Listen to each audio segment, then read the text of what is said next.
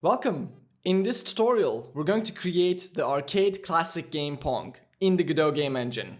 This is going to include creating the paddle and the ball, all of the interactions between the paddle and the ball, a score and UI system, and an opponent AI that can predict where the ball is going to go. You can see this system in action if you take a look at the gameplay right now. In order to follow along, you should be familiar with the basics of Godot and how to program in GDScript. Most of the tutorial is beginner friendly, except the final AI section where things get a little bit more advanced, but it's awesome, it's a lot of fun. Make sure to watch it until the end to get all of the value from this. Let's go ahead and get started. So first of all, we're going to create a new project, do some setup, and then we're going to create the background elements for the game. I did prepare a starting project with the assets and the source code, so if you want that, take a look at the link in the description. With that being said, let's begin. So here I have a brand new project, and the first thing I'm going to do is going to be creating the files or the folders that we're going to use within the file system. So simply right click here, create a new folder. The first one is going to be the assets. Then we're going to do it one more time for scenes and one more time for the scripts. So simple enough, the assets will live here, scenes will live here, and the scripts will live here. And since this is a small game, we're not going to have too many of any of them. So first of all, let's import the assets. I have 3 different sound effects that I'm going to use, and that's going to be the entirety of the assets that we're going to have in this game. All of the graphics will be made within Godot, so we're only going to import these sound effects. So click on the assets folder within Godot and then select all of the assets that you want to import and simply left click hold, drag them into the editor, let go, and all of them are going to be imported into that folder. So we are going to use these, but we're going to use them later in the tutorial. So for now, we'll just leave them here. The second step here is going to be creating the main game scene. This is going to be the scene where everything in the game takes place in. So let's go ahead and click on 2D scene here. Click on it again and name it to be game. And then we're going to save it inside of the scenes folder, just like that. And I'm going to set this as the main scene of the game, the scene that's going to be run when we first start playing. To do that, we're going to go into the project, settings, into the run tab here, and then we're going to set the main scene to be that game scene. And while we're here, we're going to go into window, and we're going to set the viewport width to be 1280 and the height to be 720. This is going to be the size of the window, and we want this to be a nice 16:9 aspect ratio. And we're also going to set the stretch mode to be canvas items, and we're going to leave the aspect as keep. Setting it as canvas items is going to make sure that everything is scaled appropriately if you do decide to, play with the window size. There's a more detailed description here if you hover over the mode. So if you want to learn more, you can just read this. It's quite self-explanatory. Okay, so that's all we want to do for now within the settings. So let's close this and we can try playing the game. And you can see that we currently have nothing in the scene. So let's go ahead and create the background that we want for this game. So the classic Pong game obviously has a black background and it has a line going through the middle, a dashed line. So if I try to demonstrate that, it would be something like this. So we would have a fully black background like that.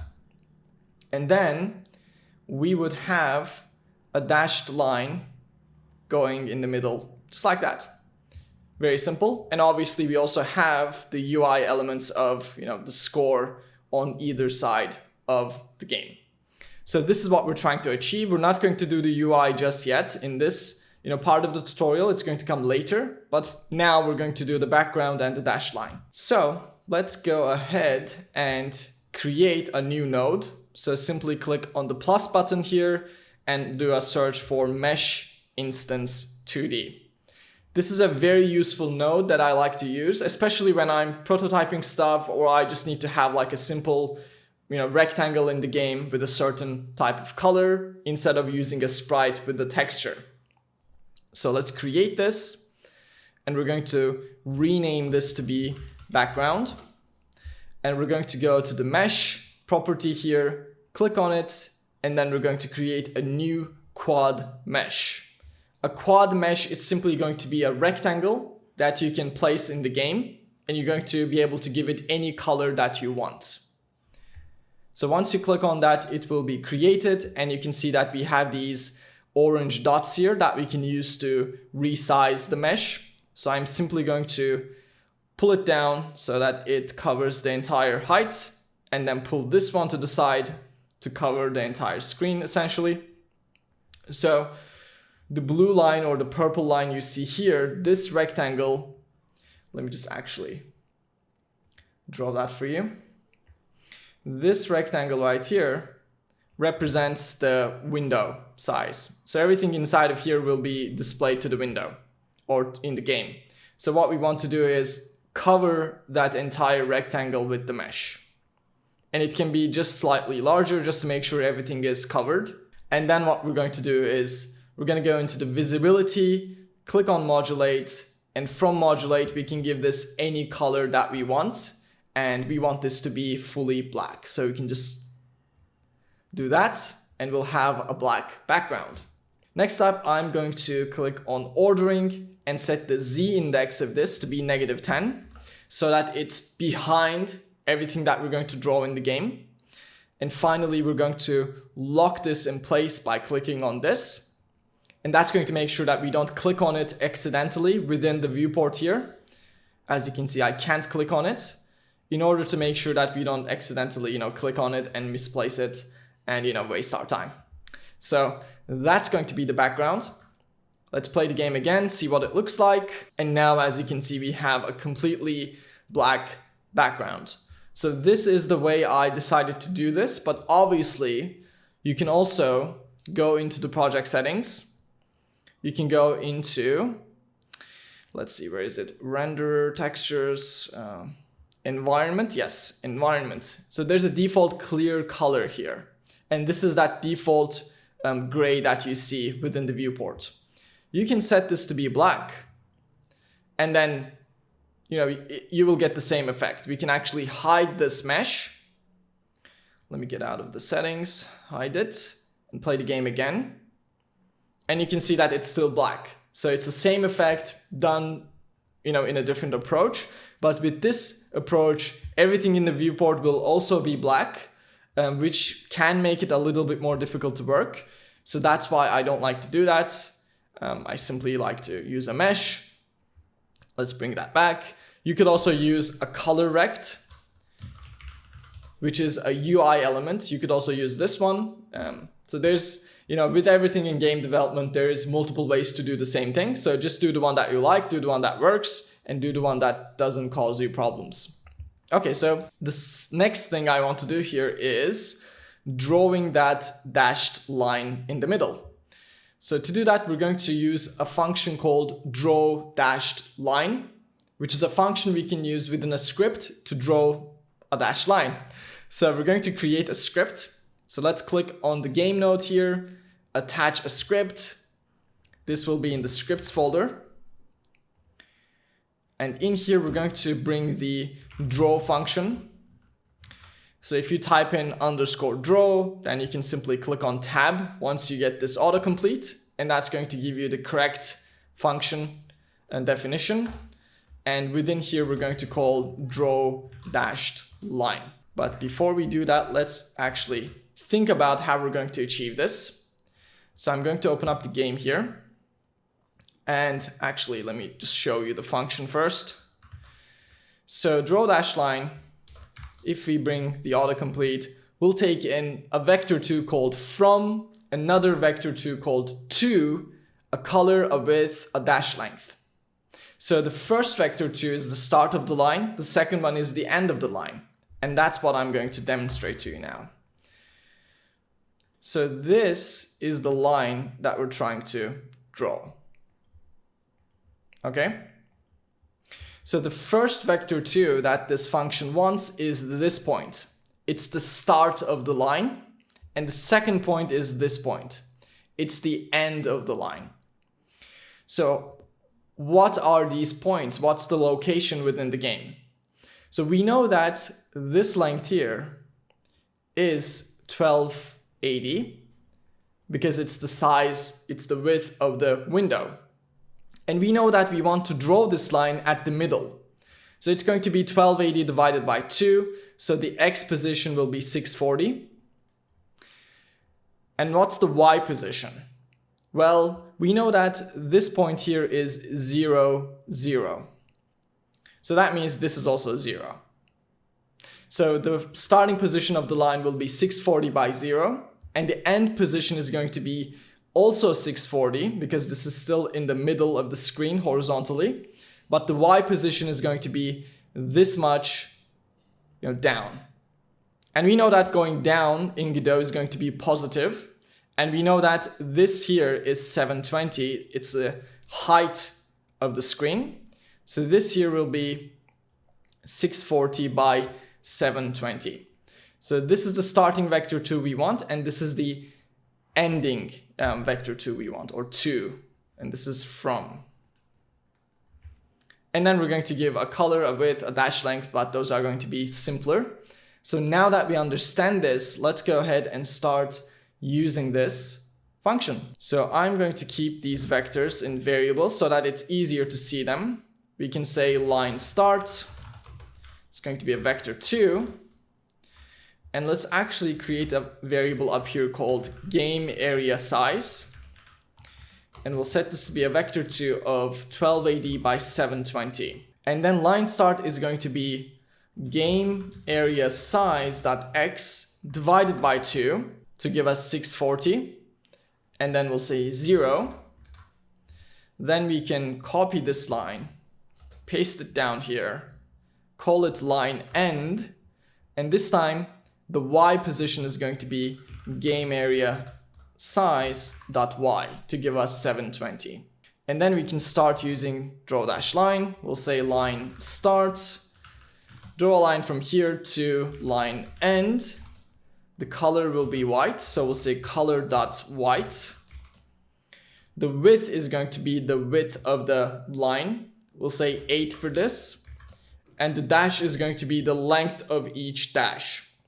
And we'll say 12 for this. And with that, we can play the game.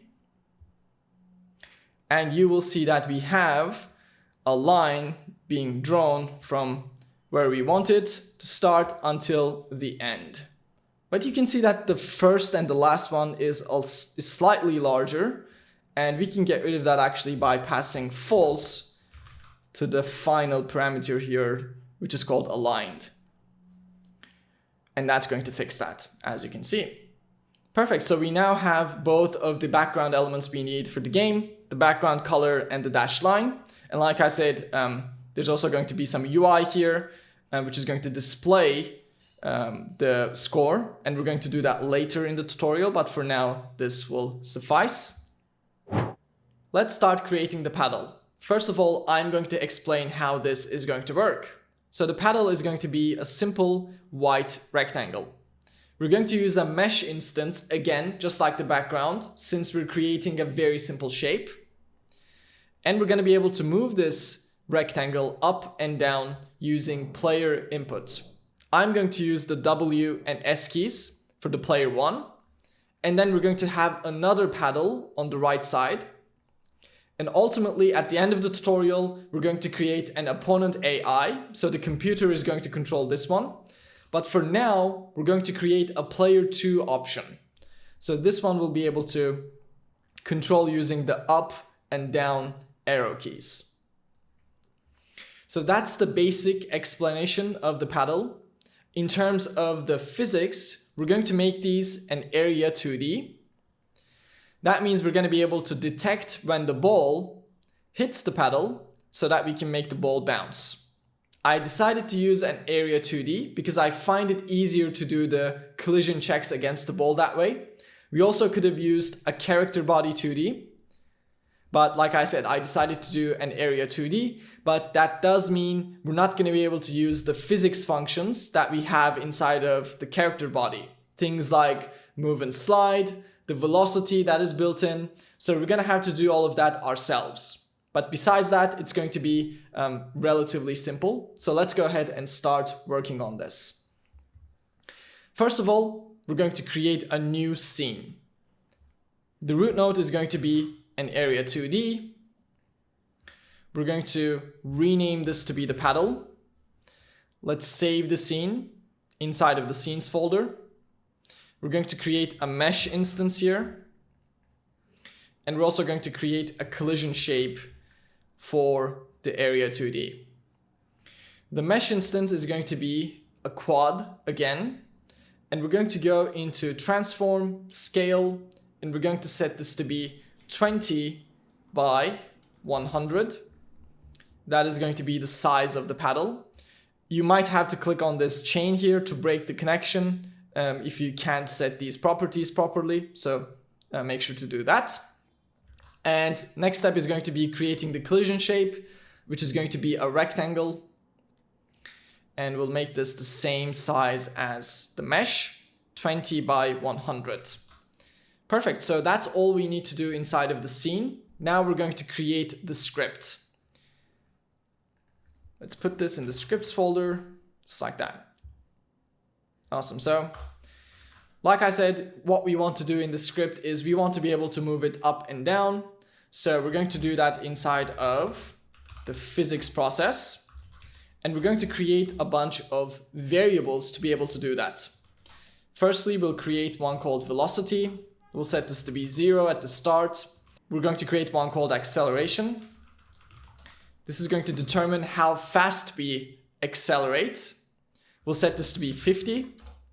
And then we're also going to create a constant up here called max velocity. And this will be the maximum velocity we can achieve. And we'll set this to be 10. We're also going to up here create two variables called up input. This will be paddle up, and we'll create one called down input. And this will be paddle down. So let's also create these inputs in the input map. So we'll go into the project settings, input map, and in here we're going to create paddle up, paddle down. And these will be W and S.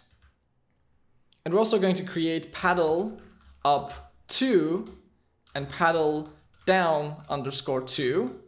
And this will be up arrow and the down arrow. And these will be for the player 2. So you'll see why in just a second, I have these in a variable just like this. But first of all, let's make this paddle move. Firstly, we need to determine which way we want to move. We're going to create a variable called move direction for that. And this will be a float. We'll set it to be 0 at first. And then we'll say movement direction equals input dot get axis paddle _up. And then we'll pass in paddle _down. So input axis, if you hold down the control key and click on this, you can go to the description. You will see that it will give you an axis input by using these two actions. The first one is called the negative action. The second one is called the positive action, which means if the first input is pressed, it will give -1. It will return -1. If the second one is pressed, it will return +1. If both are pressed at the same time, it will return 0.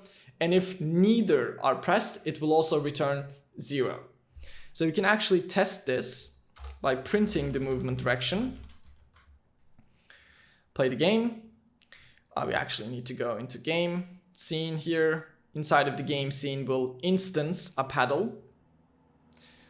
We'll place it down here. I'm going to place it at 50 by 360. Just like that. And now if you play the game, you will see that we're printing 0 at the moment because none of the keys are pressed. If I press W, you will see that it gives -1. If I let go, it goes back to 0. If I press S, it will return 1. If I press both of them at the same time, it will again give me 0. So as you can probably imagine, we can use this as the direction for the paddle. Next step here is going to be calculating the velocity. So we're going to plus equals velocity, movement direction times delta times, actually let's say acceleration first, and then delta. So each frame, we're going to increase the velocity by this calculation right here. And it's going to be the movement direction times acceleration times delta. The movement direction is obviously going to determine which way we go. Delta is going to make it frame rate independent. And acceleration is going to determine how fast we increase the velocity. The higher the acceleration is, the higher we're going to accelerate. So we can actually print the velocity to see what this looks like. And if I press W, you can see that it's going up. If I press S, you can see that it's going down. So what we want to do now is, if I'm not pressing a key, we want the velocity to actually stop. So we're going to, down here, say if the movement direction is 0, we're going to set velocity equal to move toward velocity to 0 by 2. So what this does, this function, it's going to take the velocity, it's going to move it towards 0 by using a delta of 2. So each frame, it's going to take 2 from the velocity until it reaches 0. So let's play the game to see this working in action. We're going to press the W key, let go, and you can see that it goes back to 0. S key, let it go up a bit, let go, you can see that it's going down. And it's going down by 2 each frame. So that's how to make it go down. And now we can actually start using the velocity. So instead of printing it, or let's actually keep printing it, but down here we'll say global position dot y plus equals velocity. So we're going to use the velocity to change the y position of the paddle. And like I said, we are doing these calculations ourselves because we're using an area 2D. If we were using a character body 2D, we didn't have to do these. We could just set the velocity and call move and slide. But I think doing it this way is also a good learning opportunity as well, because you get to do it yourself. Now we should be able to make the paddle move, as you can see, but it's completely crazy because the velocity is going crazy. We're not really limiting it to the max velocity that we have. So that's going to be the next step. So after this line, we'll say velocity equals clamp float velocity. Let's clamp it between negative max velocity and positive max velocity. So this means that the velocity can only be -10 or +10 and everything in the middle, but it can never exceed those limits. That's what this clamp does. And we're giving velocity to it and we're setting it back to velocity. So now, if you play the game, you will see that the velocity doesn't go above 10 or -10,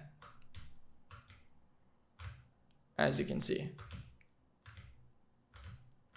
Perfect. So that's essentially the movement that we want to achieve for the paddle. You can play with these variables to create a different game feel.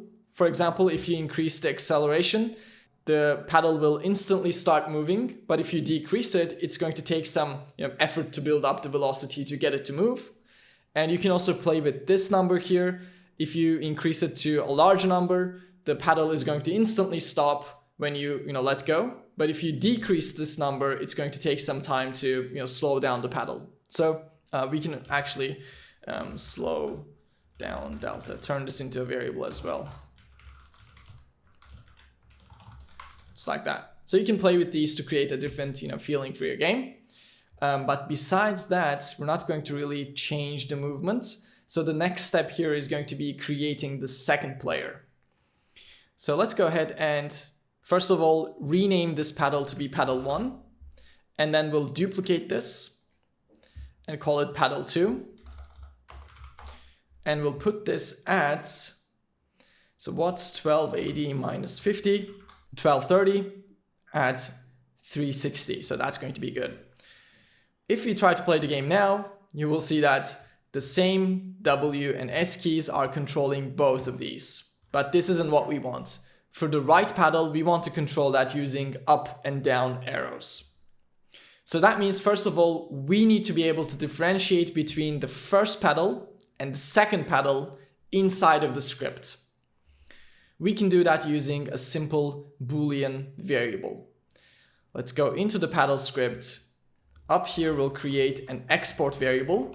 An export means that we're going to be able to change this from the inspector for each instance of the scene. This will be is player 1, and we'll say, what am I doing? False for the default value. And now, if we go back into the game scene, you can see that inside of the inspector, we have is player 1 is currently false by default. So for player 1, we'll set this to be true, just like that. Which means inside of the paddle script, we can use this variable to determine which paddle we're going to control. If it's false, we're controlling the second one. If it's true, we're controlling the first one. So let's create the ready function. And we're going to do something interesting. We're going to say if is player 1 is false, if this is paddle 2 or player 2, we're going to say up input plus equals underscore 2 and down input plus equals underscore 2. So, and then we can actually print these. Let's say up input and print down input. So if we are player 2, we will take the default input strings that we're using. Let's actually use them instead of these. Up input, down input, and we're going to add underscore 2 to those so that we get these ones.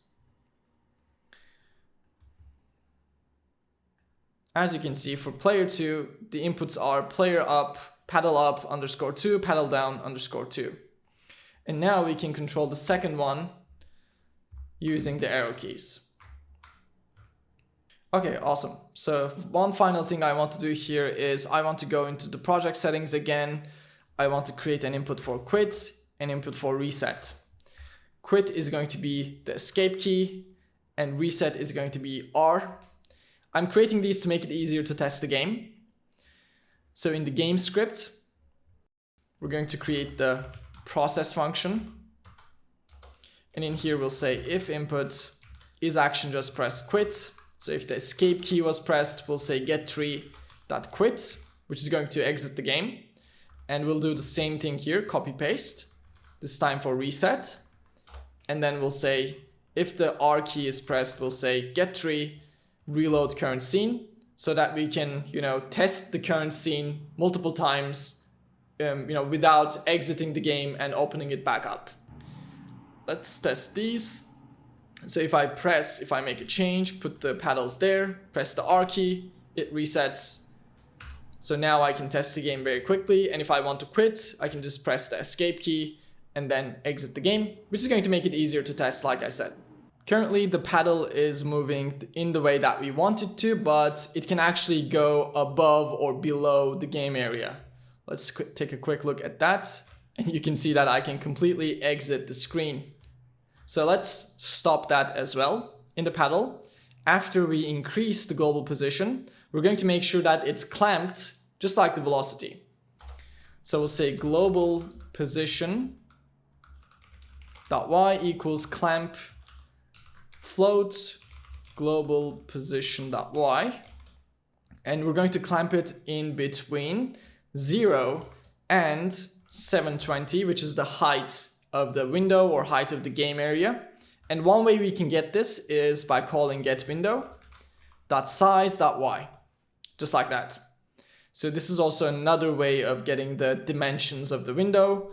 the size here would return a vector2 of 1280 by 720, and we're getting the 720 part of that by calling the .y property, just like that. Now when we play the game, we're not going to be able to leave the game area, as you can see. And that's true for both of these paddles. Perfect. Now we're going to start working on the ball. So compared to the paddle, the ball is going to have a little bit more complicated movement, since the paddle could only move up or down. But the ball, right here, is going to be able to move in all directions. So it could go left, it could go right, or it could go in like a completely random direction. So in order to make that happen, this time, the movement direction is going to be a vector2. So it's going to have an x and a y property. The x is going to control the horizontal movement, and y is going to control the vertical. So for example, if x is -1, that means the ball is going to the left. If it's +1, that means the ball is going to the right.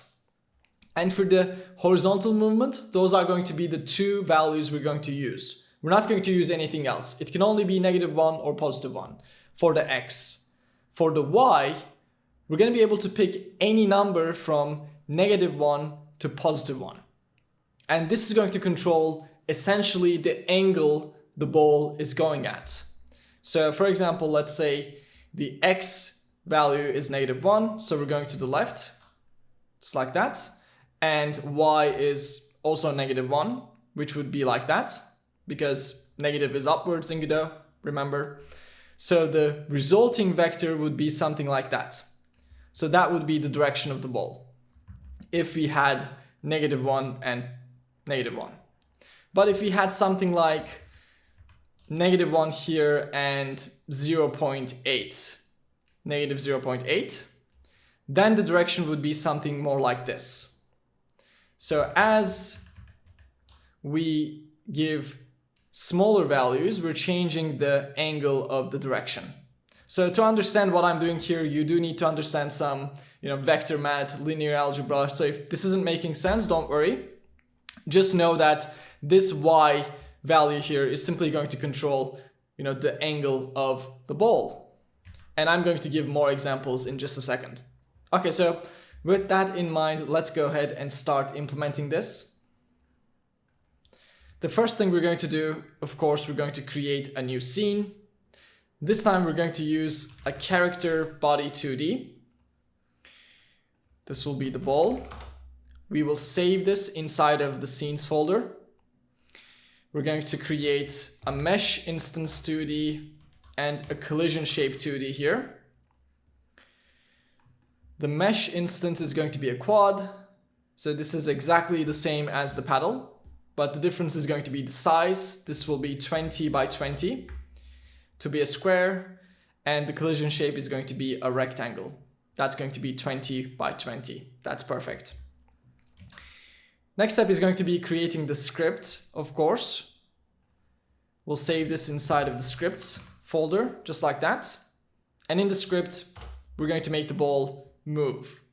To do that, we have to create some variables. So this time, since we're using a character body 2D instead of an area 2D, we don't need to do all of those calculations we did inside of the paddle. We can simply have a speed. We're also going to have a starting speed. We'll set this to be 500, and then we'll set the speed to be the start speed. So each time the ball hits the paddle, we're going to increase its speed. That's why we're keeping track of the starting speed. When we reset the game, we're going to set it back to the original speed we had at the start of the game. And then, of course, we have the movement direction, which this time is going to be a vector 2. And by default, let's say the ball is going to the left. -1 to 0. We're going to bring up the physics process to make it move. First of all, we need to call move and slide at the end of this, and we need to set the velocity. And the velocity can simply be the movement direction times the speed.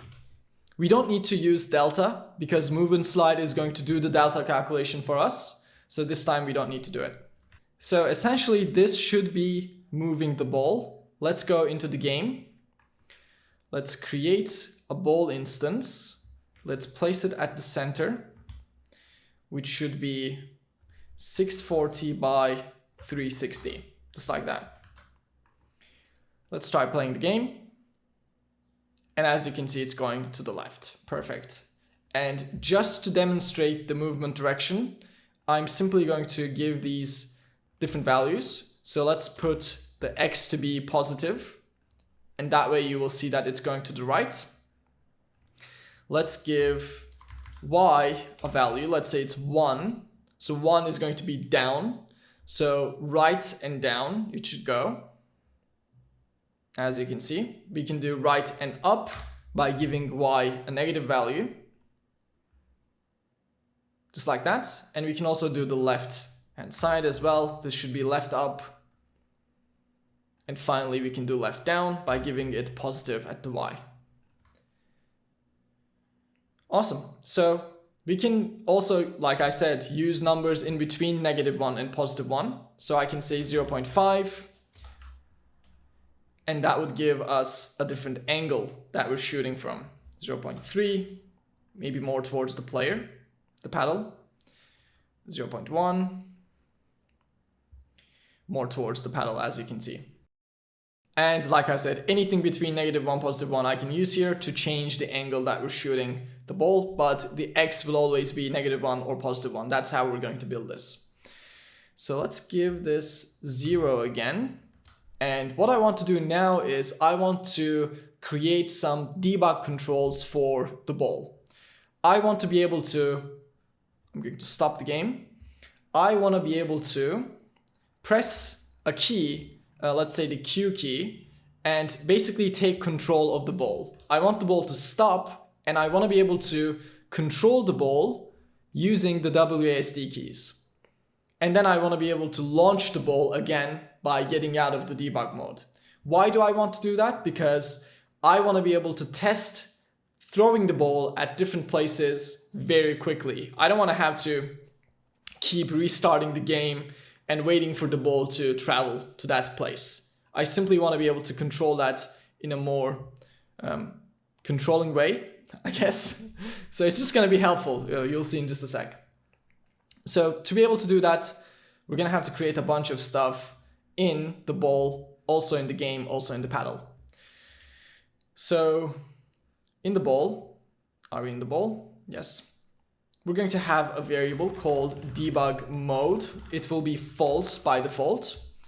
And we're going to go into project settings, into the input map, and we're going to create 4 different inputs. Ball up, ball down, ball left, ball right. Let's also create the ball control. So ball up, it will be W, ball down will be S, left will be A, and right will be D. And ball control will be the key that we're going to press to go into the debug mode. And I'm going to make that Q just because it's very easy to, press. Okay, so inside of physics process, now we have 2 different cases. The regular case where the ball is just being the ball, and then the debug mode case where we are the ones controlling the ball.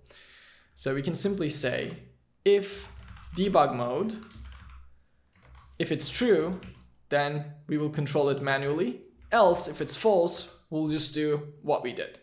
But if it's true, we can essentially do what we did in the paddle. Was it in the paddle? Yes, it was in the paddle. Input get access. So I can actually copy that, paste it here, but this time we'll say ball up, ball down. This will be the W and S keys, and then we'll copy and paste this and do left and right. Let's save these. Let's say horizontal. Sorry, this is vertical direction. And we'll save the one in the bottom as horizontal direction. And we're going to put these inside of the movement direction. Vector to horizontal direction and vertical direction. And we can take a look at this if you like to see what values we have in there. If you're curious, let's turn it on. And while it's on, if I press W, the Y position will be -1. Press S, it will be +1. And same for A and D. A is -1, D is +1. And I can have combinations of them. So we're doing the input. Obviously, we also need to use it. So we'll essentially do exactly what we did up here. But first, we need to check if any of the keys are being pressed or not. So we'll say if the movement direction.x isn't 0 or the movement direction y isn't 0. In that case, we'll make it move. Else, we'll say velocity equals vector2.0.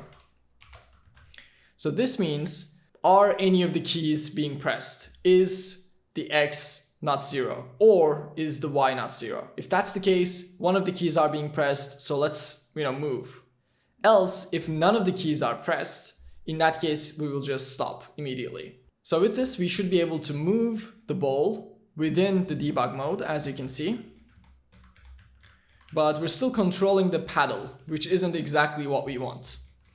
So what we need to do, once we get into the controlling the ball mode, we need to deactivate paddle 1 here. Paddle 2 is fine because we're not controlling that with W and S, but paddle 1 needs to be stopped. But we can't really stop paddle from the ball script because the ball script doesn't really know what the paddle is, where the paddle is, anything like that. But we do know that the game knows all of that stuff. So the game is going to keep track of this debug mode as well. So in the game, we'll create a variable called, actually we don't need to create a variable for this. We'll simply check for that input we created, which was ball control. And we're going to create a reference to the ball. We'll also create a reference to the paddle 1. Let's also create one for paddle 2. Just like that. So once the Q key is pressed, we're going to say ball.debug mode equals not ball.debug mode. So we're toggling it. If it's false, it's going to be true. If it's true, it's going to be false. And we're also going to deactivate the paddle, like I said. And to be able to do that, let's go into the paddle script. Let's create a variable up here called active. It will be true by default. And in physics process at the top, we will say if not active, return. So if we're not active, if active is false, do not move the paddle in any way. Very simple. Now we can basically set this variable to control whether or not the paddle receives the input or whether or not paddle moves actually. So in the game, now we can say paddle1.active equals ball.debug mode not. So if the ball.debug mode is turned off, this will be true, so the paddle will be active. If the debug mode is turned on, this will be false, so the paddle will be deactivated. So let's see how this works. So currently, it's not going to work because we need to go into the ball and set the debug mode to be false at the start. I'm going to quickly press Q. So I just entered the debug mode. And now, as you can see, I can move the ball freely. And then I can exit by pressing Q again. And now I can move the paddle. Press Q again, move the ball. Press Q, move the paddle. But there's a problem. You can see that the ball is just left without a movement direction after we, go back into the regular mode, after we get out of the debug mode with the ball. So let's also fix that. Let's see, within the game here, once we get out of the debug mode, so if ball.debug mode is false, let's give the ball a new movement direction. which in this case, it's just going to be -1 to 0 to send it to the left. Okay, let's test that. Hit Q, move the ball, hit Q again, goes to the left.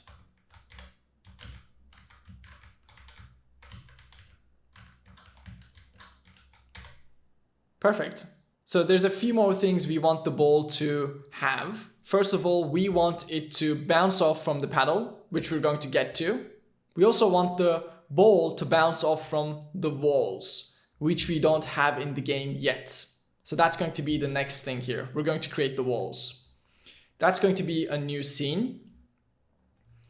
This is going to be a static body, 2D, because it's not going to move. It's simply going to be a static collision shape that's going to make sure the ball stays within the game area. It's not going to have a mesh, since it's never going to be inside of the game area. It's always going to be at the edge, so there's no point adding it a visual graphic.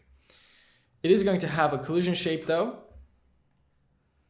and the collision shape is going to be a rectangle, and the width is going to be 1280 to cover the whole width of the game area, and the size, it's actually doesn't matter what it is, we can just leave it as 20. Let's save this, but first I'm going to name this to be wall. Save it inside of the scenes folder, go into the game scene. We're going to instance one of them, call it wall up. We'll place this at 640 to center it so that it covers the whole width. And then we're going to move it up by 10 pixels by giving it -10 on the Y so that it's at the top edge of the game. Then we're going to duplicate this, call it wall down, and we'll place this at 730 so that it's at the bottom edge of the game area. Perfect. Next up, we're going to make the ball bounce when it collides with one of these walls. That's going to happen inside of the ball script.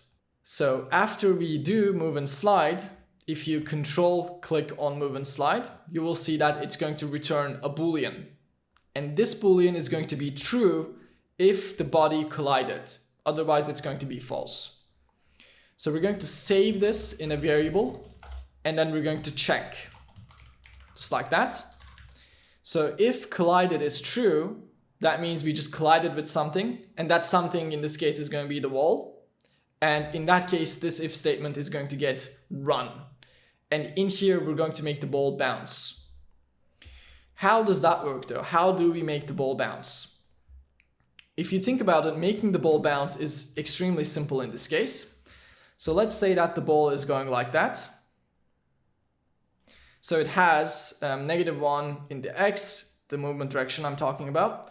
And let's say it's, what would this be? 1 in the Y, because it's going down. In order to make it bounce, we need to have a vector that looks like that, right? And that's simply going to be the Y multiplied by -1. So it's going to be -1. So that's all we need to do in this case to make it bounce. Just multiply the Y movement direction by -1. Just make it negative. If it's negative, make it positive. So that's it. That's all we really need to do. And in terms of bouncing it from a paddle, if you think about it, you just need to multiply the X by -1. But the paddle is going to be slightly more complicated because we're going to do something very cool with that. But for the wall, like I said, we only need to make it negative, multiplied with -1 on the Y.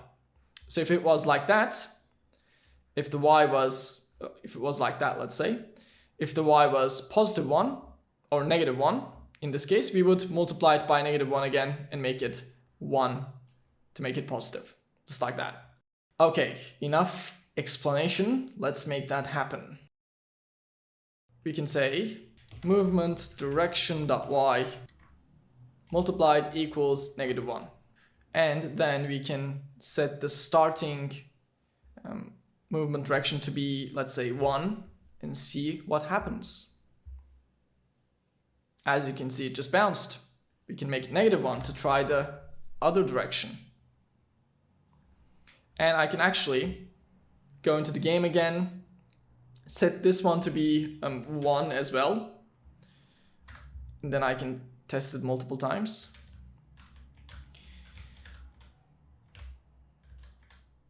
As you can see, it's working. We can also try a different angle. So we can say 0.6. And then I can, send it off in a different angle, as you can see.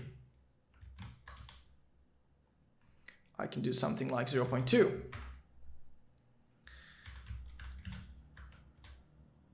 Bounce it like that. Maybe change the direction. Oh, I didn't do it. Just to try one last case. And as you can see, it's working. Perfect. Now the ball has the ability to bounce from the walls.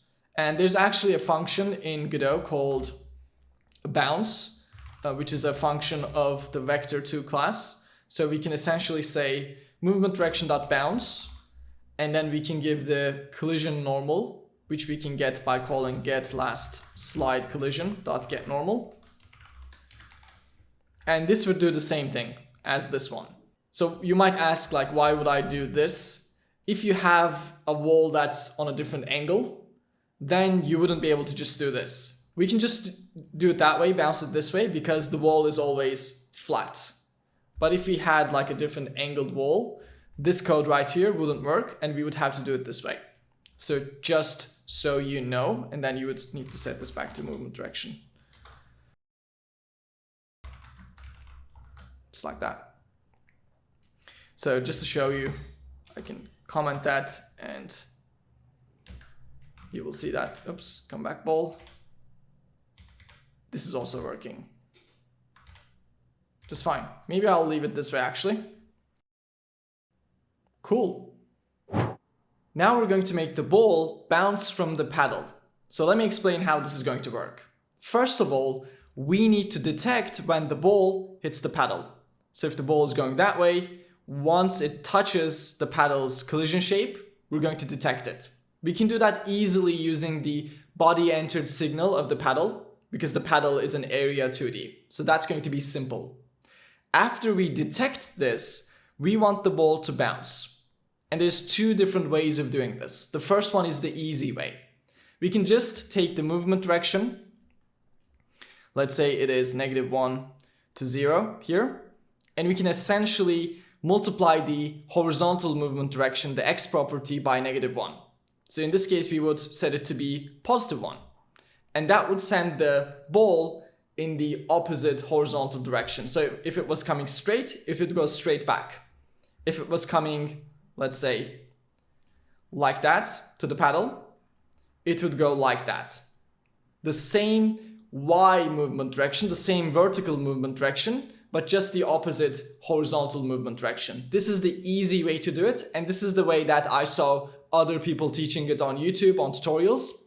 But this isn't actually how the real Pong game works. In the real Pong game, you can actually control where the ball is going to go based on the position it hits the paddle. So for example, let's say that this is the paddle. If the ball hits it in the center, it's going to go straight back. If it hits it at the top, it's going to go to the top. And if it hits it at the bottom, it's going to go towards the bottom. And let's say it hits it somewhere in the middle of the center and the top, it's going to go like that. So every point here is going to send it at a different angle. And the same thing for the bottom. If it hits it here, it will go something like that. So this is how the real Pong game works, and this is what we're going to actually implement in this lecture. So this is, if you notice, we have some UI here. This isn't the project we're working on right now. This is the final finished game. And I opened this up because I want to show you how this is going to end up acting, behaving, because I want you to have a better understanding of this before we start to implement it. So let's go ahead and release the ball at the center of the paddle. And you can see that it's going somewhat straight. It's a little angled because it's not quite hitting the dead center of the paddle, but you can see that it's not really going really up or really down. If I hit it at the top instead, you will see that it's going to go up at a very high angle. just like that. And if I hit it towards the bottom of the paddle, let's see, you can see that it's going to go down.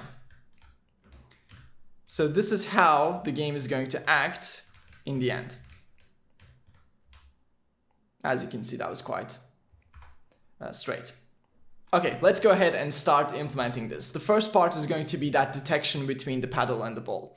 So inside of the paddle scene, we're simply going to click on the root node, the area 2D, go into the signals, and in here we have the body entered signal. This will be emitted when a physics body enters the area 2D, and since the ball is a character body 2D, it's going to trigger this signal.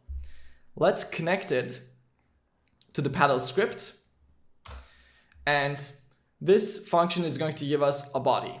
And we need to make sure that this body is the ball and not something else. To do that, we're going to go into the ball script. At the top, we're going to use a class name keyword, and we're going to give this script the name ball with a capital B.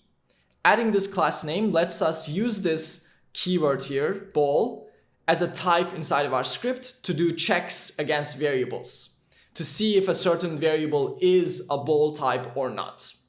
And we can do that in the paddle script, just like this.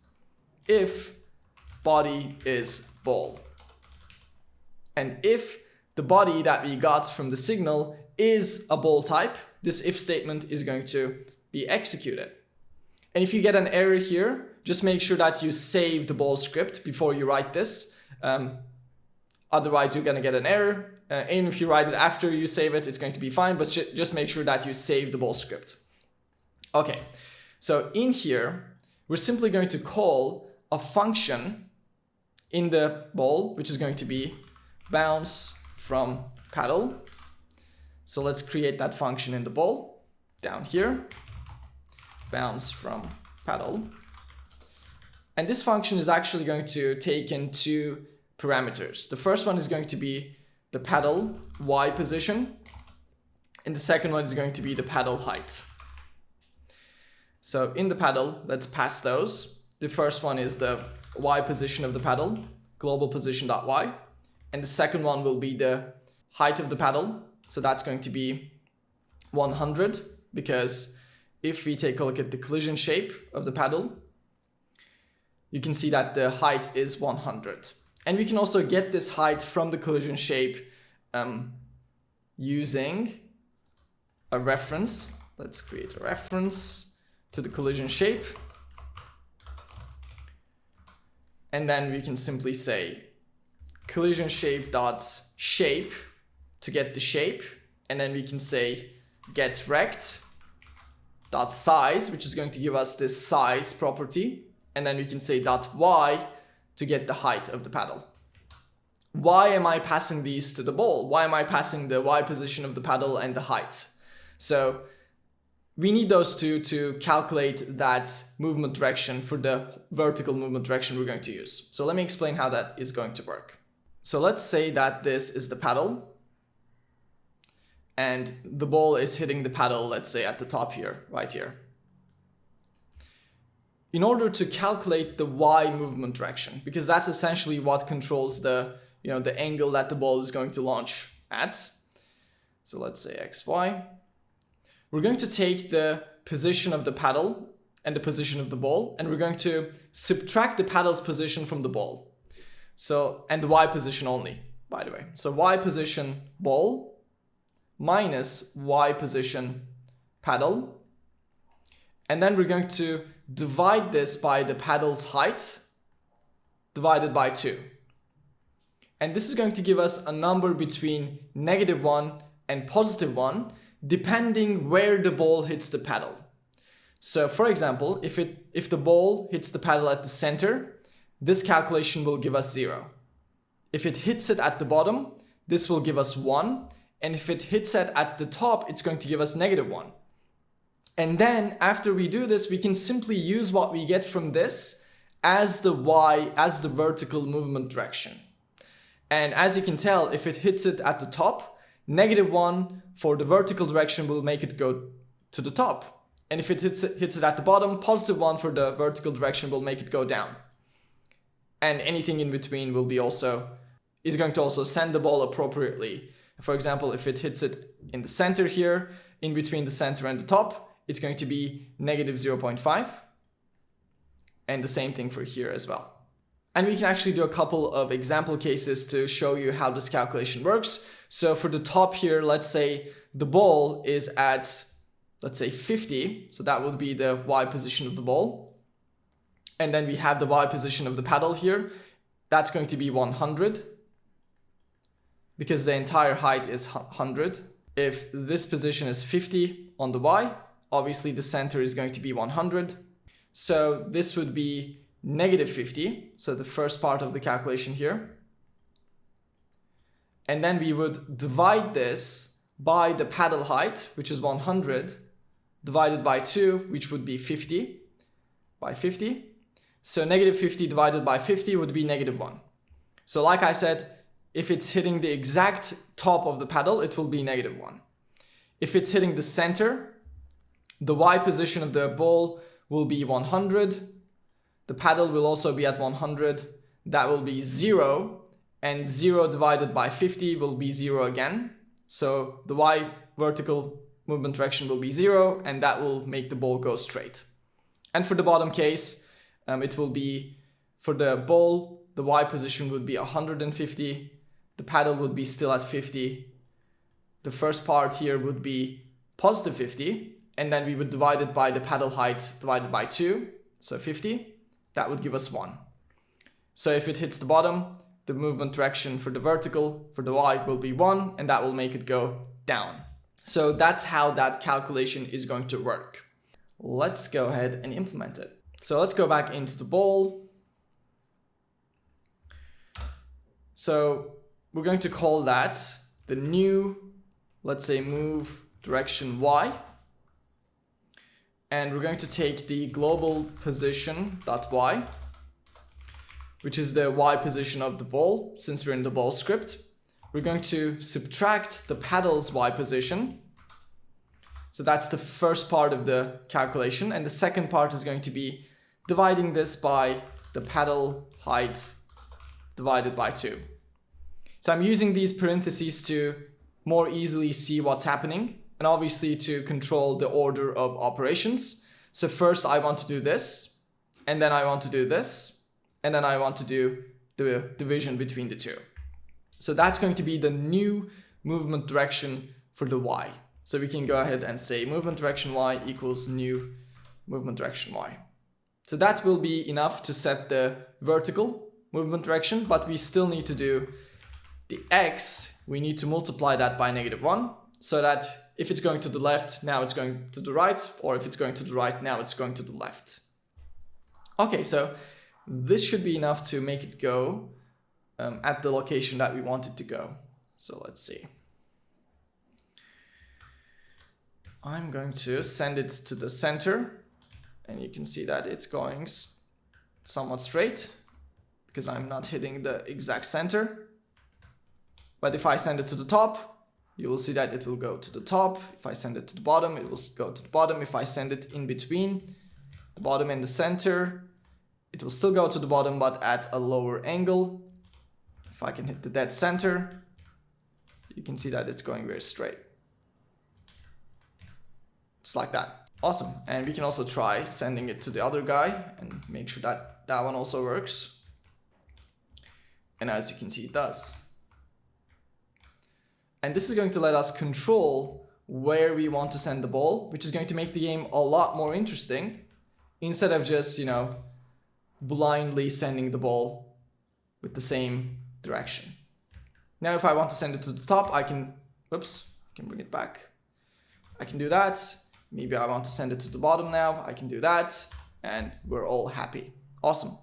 So the next step is going to be increasing the speed of the ball each time it hits one of the paddles, because at the same speed, the game is simply going to be boring. So we have the speed. Let's also create a variable up here, an export variable called speed increase per bounce. We'll set this to be 20. And each time we bounce the ball, we can say speed plus equals speed increase per bounce. And maybe we can also set a limit on how much we can increase the speed, because after a certain amount of speed increases, the game is going to be unplayable. But I'm not going to do that yet or here, because I haven't really tested what's like the max speed that we can play at. Okay, so let's test the game. And I'm actually going to increase this up a little bit to see the effect working a little bit easily.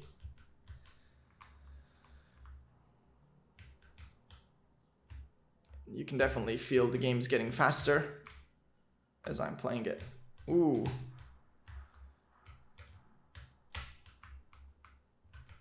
Oh, I lost. Okay. Maybe we need to make the paddles a little faster as well. But let's just set it back to be 20. That's going to be enough. And yeah, that's all we need to do to make the ball bounce from the paddle and also control the direction the ball is going to go at. So at the moment, we have the main mechanics of the game figured out. We have the paddles, we have the ball, we can send the ball, we can hit the ball, we can play the game. But the problem is, once the ball goes outside of the game, we don't have any way of bringing it back. The game doesn't really restart. We're not keeping track of the score.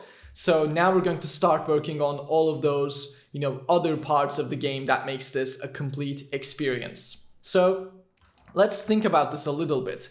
How do we want this game to work? So first of all, when we start the game the first time, I want there to be a slight delay before the ball is launched. So the ball is going to be in the center right there. And then we're going to wait for like a second, and then we're going to send the ball. After that, I want the ball to go in a random direction. At the moment, we're always sending it in the same starting movement direction. So I want the ball to pick a random direction to go at the start of the game. And after that, of course, once the ball is outside of the game area, whether or not it's here or here, we want to detect that so that we can keep track of the score. At the same time, we can reset the game so that we can play again. So once the ball is out, we're going to detect it using an area 2D on each side of the game. And then we're going to keep track of the score. We're also going to reset the ball, put it back in the center, and start the game again so that we can keep on playing instead of just playing for a single round, which isn't going to be interesting. So that's basically the gist of what we're going to do now. So let's go ahead and get started. And the first thing we're going to do is going to be detecting once the ball is outside of the game area. We're going to do that using an area 2D, like I said, and we're going to create a new scene to do that. It's going to be an area 2D for the root node. We'll call this the detector. This is going to have a collision shape. And the collision shape is going to be a rectangle. And the height of the collision shape is going to be 720 because that's the height of the game area. Let's save this inside of the scenes folder. Just like that. This is also going to have a script. So let's quickly attach that. And then we can go into the game, scene, instance a detector. We'll call this the detector left and put this at 360 on the Y, so it's nice and centered. It's covering the whole game area's height. And then we'll move it back 10 pixels on the X so that it's right at the left edge of the game. Then we're going to duplicate this, right-click duplicate, call it the detector right, and we're going to place this at 1290 so that it's at the right edge of the game area. Perfect. So these area 2Ds have that signal called body entered, the one that we used for the paddle, and we can use the same signal now to detect the ball again. So within the detector script, we're going to use these signals. So let's click on the detector, go into the signals tab, and double click on the body entered signal, connect it to the script. And in here, we're going to first of all check if the body is ball. And if it is, we need to let the game script know that the ball is outside of the game area. And we also need to let the game script know which side the ball exited from. We want to let the game script know because the game script is the script that's going to be keeping track of the score. It's going to be the script that's going to be resetting the game. So we need to let it know. And to do that, we're going to create a signal here called ball out. And this is going to pass isLeft. And isLeft is also going to be an export variable here. We'll set it to be false by default. And down here, we'll just say ball out emit, and we'll pass isLeft. So we'll go back into the game. We'll click on the detector left, and we'll turn on isLeft. We'll save it, and the detector right has isLeft set to be false. So now from the detector script, we're also passing whether or not, it was the left detector or the right detector. Awesome. So let's go into the game script and let's start using that signal of the detector. We can go and click on the detector here in the scene and connect it from the signals tab, but we can also do the same thing from the script as well. So let's learn how to do that as well. Within the script here, I'm going to create two references. First to detector left, and then let's copy paste the detector right, just like that. And then in the ready function, we're going to say detector left dot ball out, that's the signal, dot connect, and here we can pass the name of a function to connect this signal to that function. And this function is going to be called underscore on detector ball out. We'll do the same thing for detector right as well. So both of these detectors, their signal is going to be connected to the same function. And we're going to create that function at the bottom of the script. This will take in isLeft because we're passing it here, as you can see, and the signal has that parameter. So first of all, we can print isLeft here to see if this is working or not. When we play the game, when the ball goes out from the left side, it should say true. And if I reset the game and send the ball to the other side, it should say false. Awesome. So now we can detect when the ball is out, and we also know if it went out from the left side or the right side. So two things we want to do. First of all, obviously we want to keep track of the score, but at the same time we want to reset the game or reset the round so that we can play again. Because if you can only play a single time, the score doesn't really matter that much. So first of all, let's start creating the function reset round. And we're also going to have a function called reset game. Reset game, let's create this one as well. And reset game is going to call reset round, but reset game is also going to set the score back to 0 because it's the end of a game, we're starting a new one. So we will actually call reset game at the start here, just like that. And we will call reset round or reset game depending on the score. If someone reaches the final score, we will call reset game. But if it's just a round, if no one has reached the final score yet, we will call reset round. And the first thing we're going to do inside of reset round is going to be resetting the position of the ball. So we'll say ball dot reset. And we're going to give it the reset position, which is going to be, let's say reset position, game area size divided by 2. Just like that. And if we print that, reset position, we can see what that looks like, but we also need to create this reset function in the ball, otherwise it's going to crash. So down here, let's say reset, and we'll say reset position as well, and see that this is working. Oops, because there's a problem here. I didn't create the pass. Okay, now when the ball goes out, as you can see, we're printing the reset position, which is the center of the game. Awesome. So we don't need to print that anymore. Within the ball, we're just going to say global position equals the reset position. We want to set the speed back to start speed. And we're going to create an active, and we're going to set it to be false.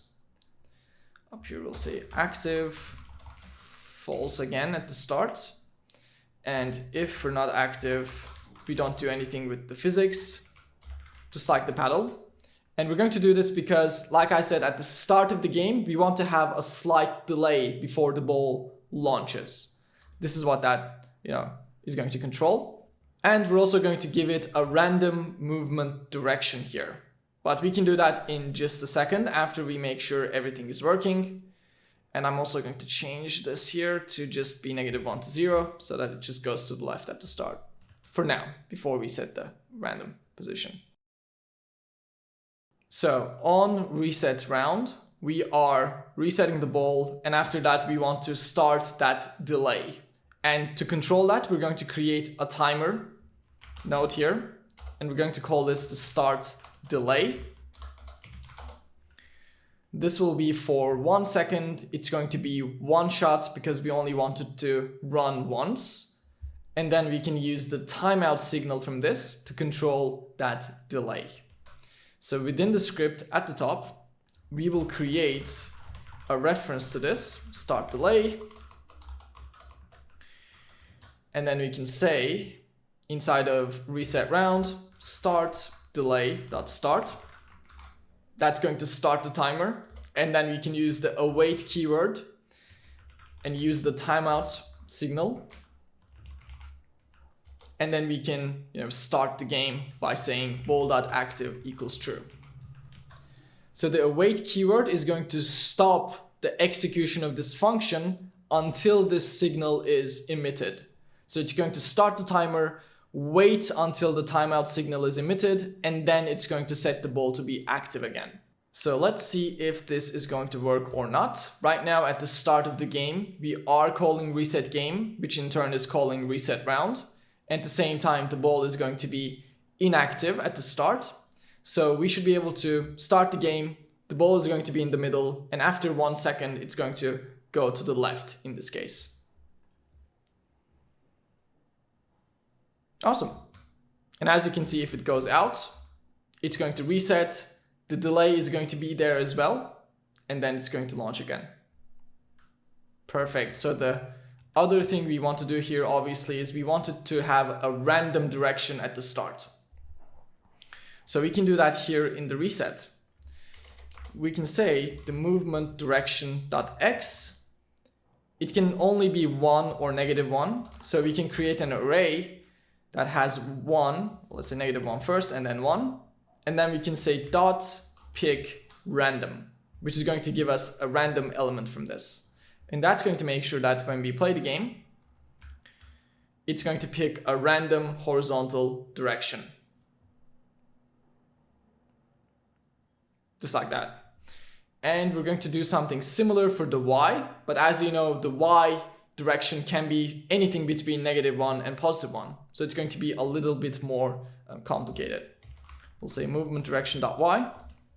First of all, we'll use random f, which is going to, if you control click on it, it's going to return a random floating value between random floating point value between 0 and 1. So it could be 0.2, 0.3, 0.9, anything in that range. It's good, but it doesn't have any negative values. So we can basically take what we did up here and multiply this with that so that we also get negative values, 50% of the time. If randomly we get -1, we will simply take what this gave us and make it negative. If we get 1, we will simply leave it as the positive value. Awesome. So with this, we should be able to get a random movement direction. We can actually print it out and see what it looks like. As you can see, it was 1 to 0.5. Now it's -1, -0.5. As you can see, each time we're getting a different random direction at the start of the game, which is going to make things a lot more interesting. Great. We don't have to print it anymore.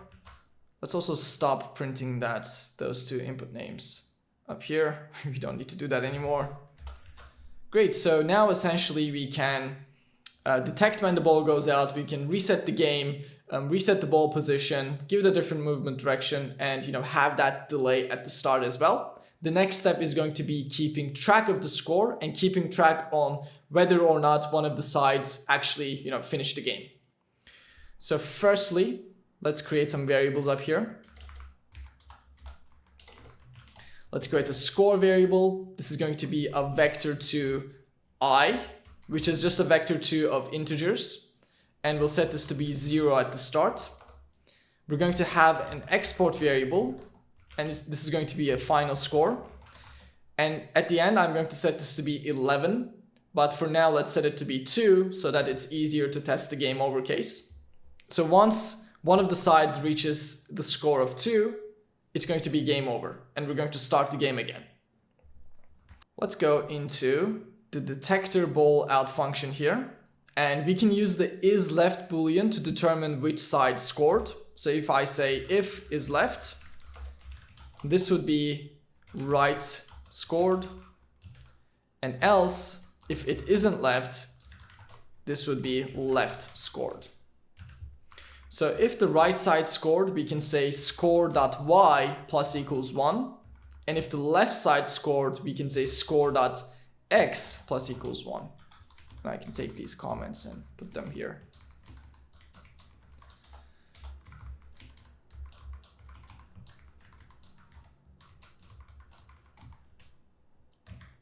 Just like that. And after that, we can print the score to see if this is working or not. So left is going to score, as you can see, this is 1. Right scored, now it's 1-1. Right scored again, now it's 2-1. Now it's 2-2.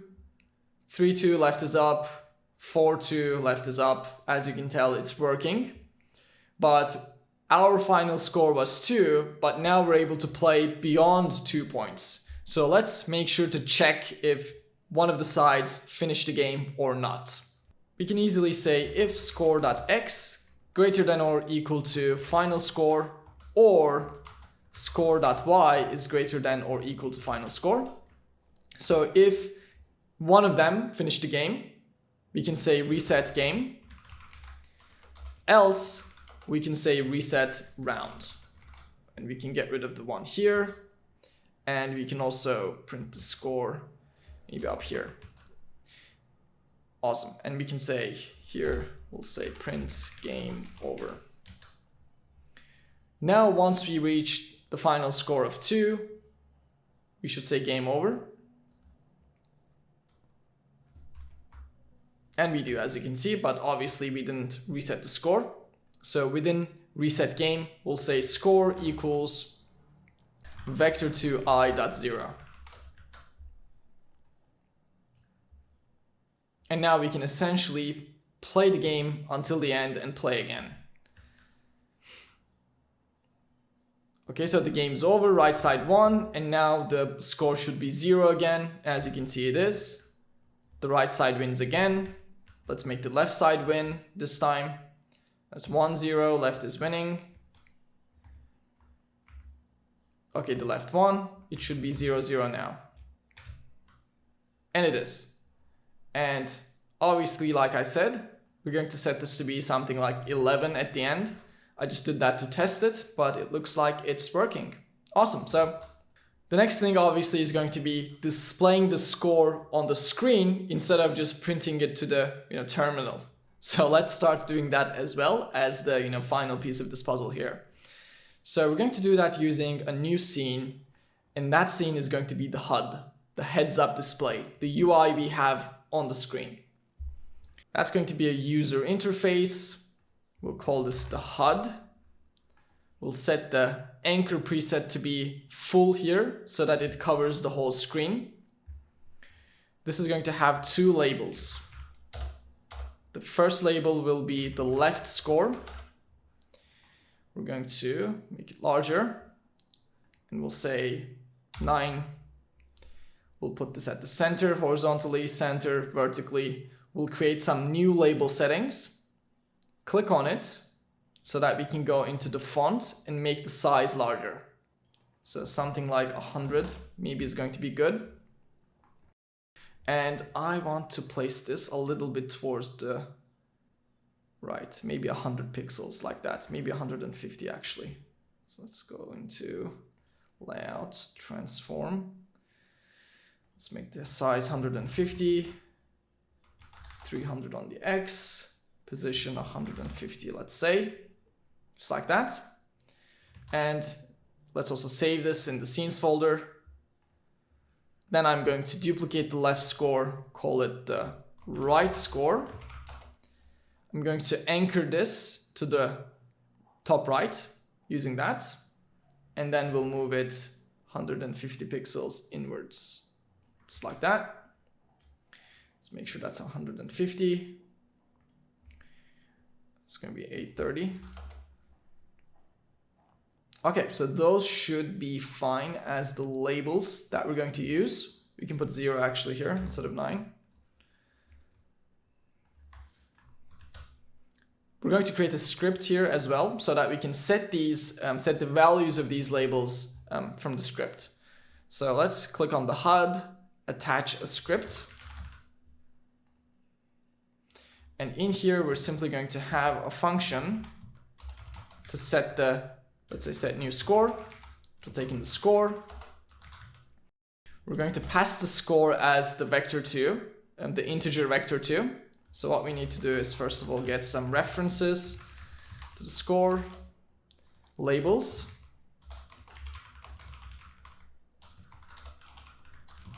Just like that. And inside of this, we'll just say left score dot text equals, and we will take the score dot x and turn it into a string. And we'll do the same for the right side, for the right score, with the score dot y, just like that.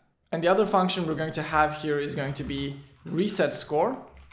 And this will simply take both of these labels and set their text to be 0 to reset the game.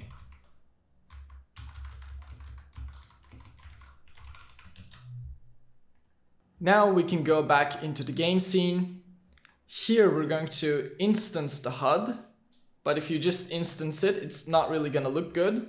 What we need to do is we need to create a canvas layer node here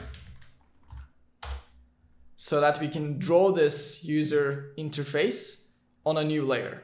And we're going to take the HUD and put it as a child of the canvas layer. And as you can see, now it's looking good. So within the game script, we're going to create a reference to the HUD, canvas layer, HUD, just like that. And now we can use the functions of the HUD within the game script, like the set new score and the reset score. So inside of reset game, after we set the score to be 0, obviously we want to say HUD.reset score.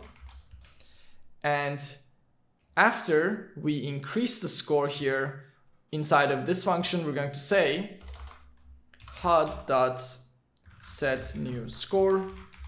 We'll pass the score, just like that. Now when we play the game, we should have the HUD, and once someone scores, we should be updating the HUD using the score vector2, as you can see. Lovely. Seems like it's working just fine. We can also set the final score back to something like 2 so that we can see the HUD getting resetted. It's 1, and that's 2, and it goes back to 0, as you can see. It's 1. Let's win from the left side again. That's 2. Okay, perfect. We can put it back to be 11. And finally, I'm going to call a function called randomize here because we started to use random numbers within the ball. As you can see, we're calling randef, and that means we need to seed the random number generator. It's just something that you need to do so that you get a different random number each time. Now we're going to start working on the opponent AI. First of all, let me explain how this is going to work. So we know that the ball has a movement direction. So we want the opponent AI to be able to take a look at the ball, take a look at its movement direction and speed, and calculate where the ball is going to be once the ball reaches the edge of the game. And then we want the AI to be able to go to that position so that it can meet the ball before the ball goes outside of the game. That's how the AI is going to work. So how are we going to make this happen? If we take a look at the ball, we know that the ball has, let's say this is the ball. It has a movement direction. It has a speed. And we also have the delta time. So these are the three variables that we're going to use to make the ball move. That's what happens within move and slide. This time though, we're going to do that movement ourselves inside of a for loop so that we can simulate the movement of the ball before the ball even moves. So we're going to essentially run a for loop, and on each iteration of that for loop, we're going to increase the position of the ball using this equation. And then we're going to, keep running the loop until the ball reaches the end of the game here. And if the ball touches one of these walls, we're going to bounce the movement direction and start going in the other direction. And we're going to run this until we reach the end, like I said. And at the end, we're going to take a look at that position, the Y position, let's say here. And we're going to give this to the paddle so that the paddle can go there and meet the ball. So roughly, that's how this is going to work. This part of the tutorial is going to be a little bit more advanced from the previous parts because there's a lot to do, to make this work. So if you don't understand all of it, don't worry. If you're a beginner, don't worry. This is a little bit more advanced, like I said. So another thing we're going to do here, we're also going to use a line 2D node in order to visualize this path that we're going to calculate so that we can also see it while we play it, which is also going to be cool. So that's the plan. Let's go ahead and get started with this. So as the first step of this process, we're going to create that line 2D that's going to visualize the simulated path that we're going to calculate. So first of all, let me show you what a line 2D looks like and how it works. Inside the game, we're going to create a line 2D node. We're going to call this the ball movement line 2D. If you take a look at the inspector, you will see that it has a points property. If you click on it, you will see that it's an array. We can add elements here to create points for the line 2D to draw. So the first one, let's put it at 100 by 100. And the second one, we're going to put it at 200 by 200.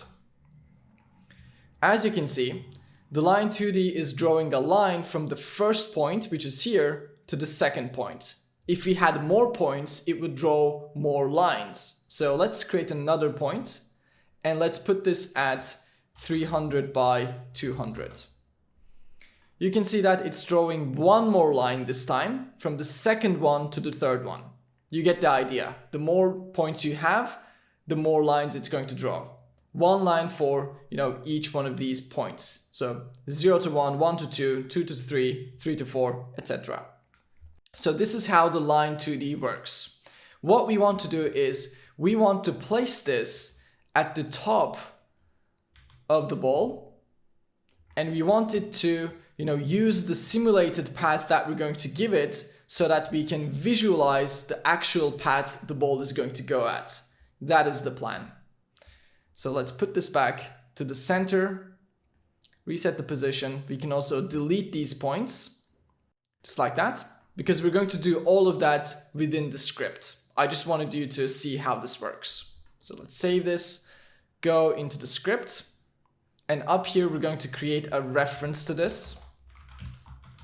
I'm just going to call this L2D, and we'll say ball movement line 2D, just like that. The first thing we're going to do is when the ball goes outside of the game area, we're going to clear all of the points. So we'll say line2d.clear points, and this is simply going to delete all the points within the points property. Once the ball is out, that previous calculation, visualization now is useless. Let's just get rid of it. That's the first part. The second part is creating a function called update line 2D. This is going to take in a variable called points, And this is going to be an array of vector 2's that we're going to use as the points property. First thing here, we're going to clear the points just in case we have something else. After that, we're going to put the line 2D global position at the position of the ball. Because like I said just a second ago, we want the line 2D to start at the position of the ball. And after that, we're going to take each one of the points we get from this variable and add them to the points array. To do that, we're going to create a simple for loop. For point in points. This is going to loop over each point we get. And then we're going to say, let's turn these into localized positions for the line 2D. The way we do that is by saying point, actually line2d.to underscore local point. And then we can store this in a variable, let's say localized point. And after that, we're going to say line2d add point localized point. The reason we localize them is very simple. Let me explain how that works. If you take a look at the line 2D, if you click on it, and if you create a couple of points here, let's say from 0, 0 to 100 by 100, if you move the line 2D to a different position in the world, you will see that those points are still 0, 0 and 100 by 100. Because those points, these locations are local to the line 2D. It's not the global position. So that's why when we're adding stuff to this points array, we want them to be localized to the line 2D so that we get the correct output. That's the reason for that. Okay, let's put this back at 0, 0, delete those points, and we can go back into the script. Now we have this function that's going to set the points for us. We're going to use this after we simulate the movement of the ball to visualize that simulated path. But for now, we can simply call it at the start of the game just to see if it's working or not. So after we reset the game, I'm going to say update line 2D, and we'll just give it some test points. And the test points are going to be an array of vector 2's. The first one, let's say, is at 200 by 300, and the second one is at, let's say, 300 by 500. Just some test points. And we can even give it one more just for fun. Let's say 1000 to 1000. On the Y, actually, 1000 might be too much. Let's say 500. Let's run the game. So now, as you can see, we're drawing a line using the test points we supplied. And once the ball goes outside of the game, they're going to get cleared because, as you remember, right here we're calling clear points when the ball is out. Okay, so it seems like the line 2D is working just fine. What I want to do is I want to change its width to be 4 instead of 10. It's a little bit too thick right now. And then I'm going to change the color to be red. So just click on HSV here and just set the saturation to be full. And then that's going to give you red. We can save that. We can play the game again to see what it looks like. Awesome. As you can see, in the end, this is what the line is going to look like. And we want it to start from the ball. And we wanted to use that simulated path to show us where the ball is going. Great. Next up, we're going to do the setup for the paddle. And after that, we're going to do the actual simulation of the ball's movement. So let's go to the paddle. Right now, we can only have one type of paddle. Of course, we can only control it using the player's input. So to determine if a paddle is controlled by the player or it's controlled by the AI, we're going to create a variable. Up here, that's going to be export var is AI. We'll set this to be false by default. And now we'll go back into the game scene. We'll click on paddle 2 and we'll set this as AI. And paddle 1 is not going to be AI, as you can see. Going back into the paddle script, we're going to create a new variable, which is going to be AI target Y position. And we'll set this to be 360 by default. So let me explain how that's going to work. So the paddle, now the AI controlled paddle, has that AI target position. And this is going to be a Y position. And whatever we set this value, the paddle is going to go there. So let's say we set it to be 100, about there. The paddle is going to take a look at that. It's going to take a look at its own position, which is right here, and then it's going to start going up until it reaches that position. If we set the AI target position to be something lower, then it's going to go down until it reaches that position. So that's how this is going to work. So let's take a look at how we're currently moving the paddle. We are using the player input. This is going to be okay when we're controlling the paddle, but for the AI case, we don't want this to happen. So we're going to create an if statement and say, if not is AI, let's just do this, what we did before, because the paddle is controlled by us. Else, if it is controlled by AI, we're going to get the movement direction from a function that we're going to call getAIMovementDirection. Let's create this function down here.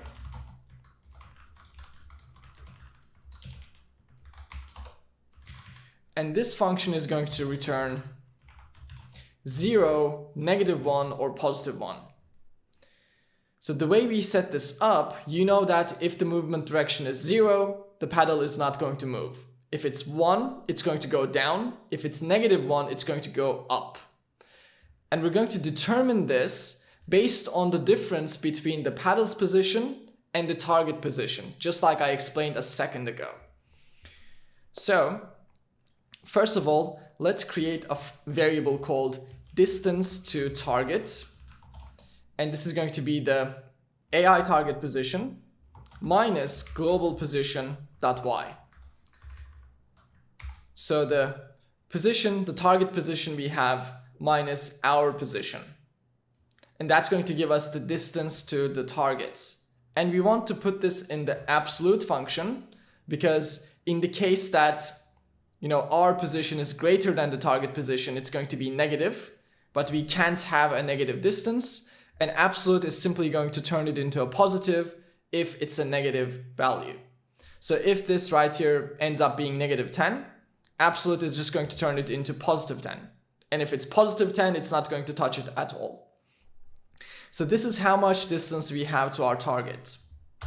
We're also going to create a variable called accuracy distance. And we're going to set this to be 25. And this is going to determine how accurate the paddle is trying to be. So let's say that the target is here and the paddle is here.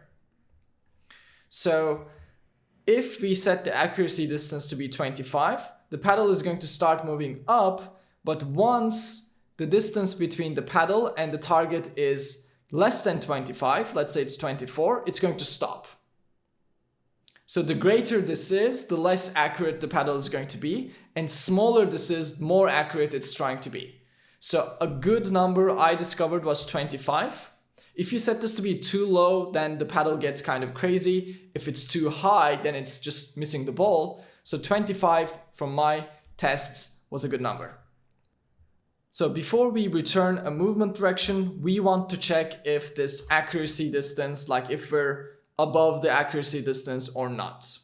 So if the distance to the target is greater than the accuracy distance, in that case we want to move.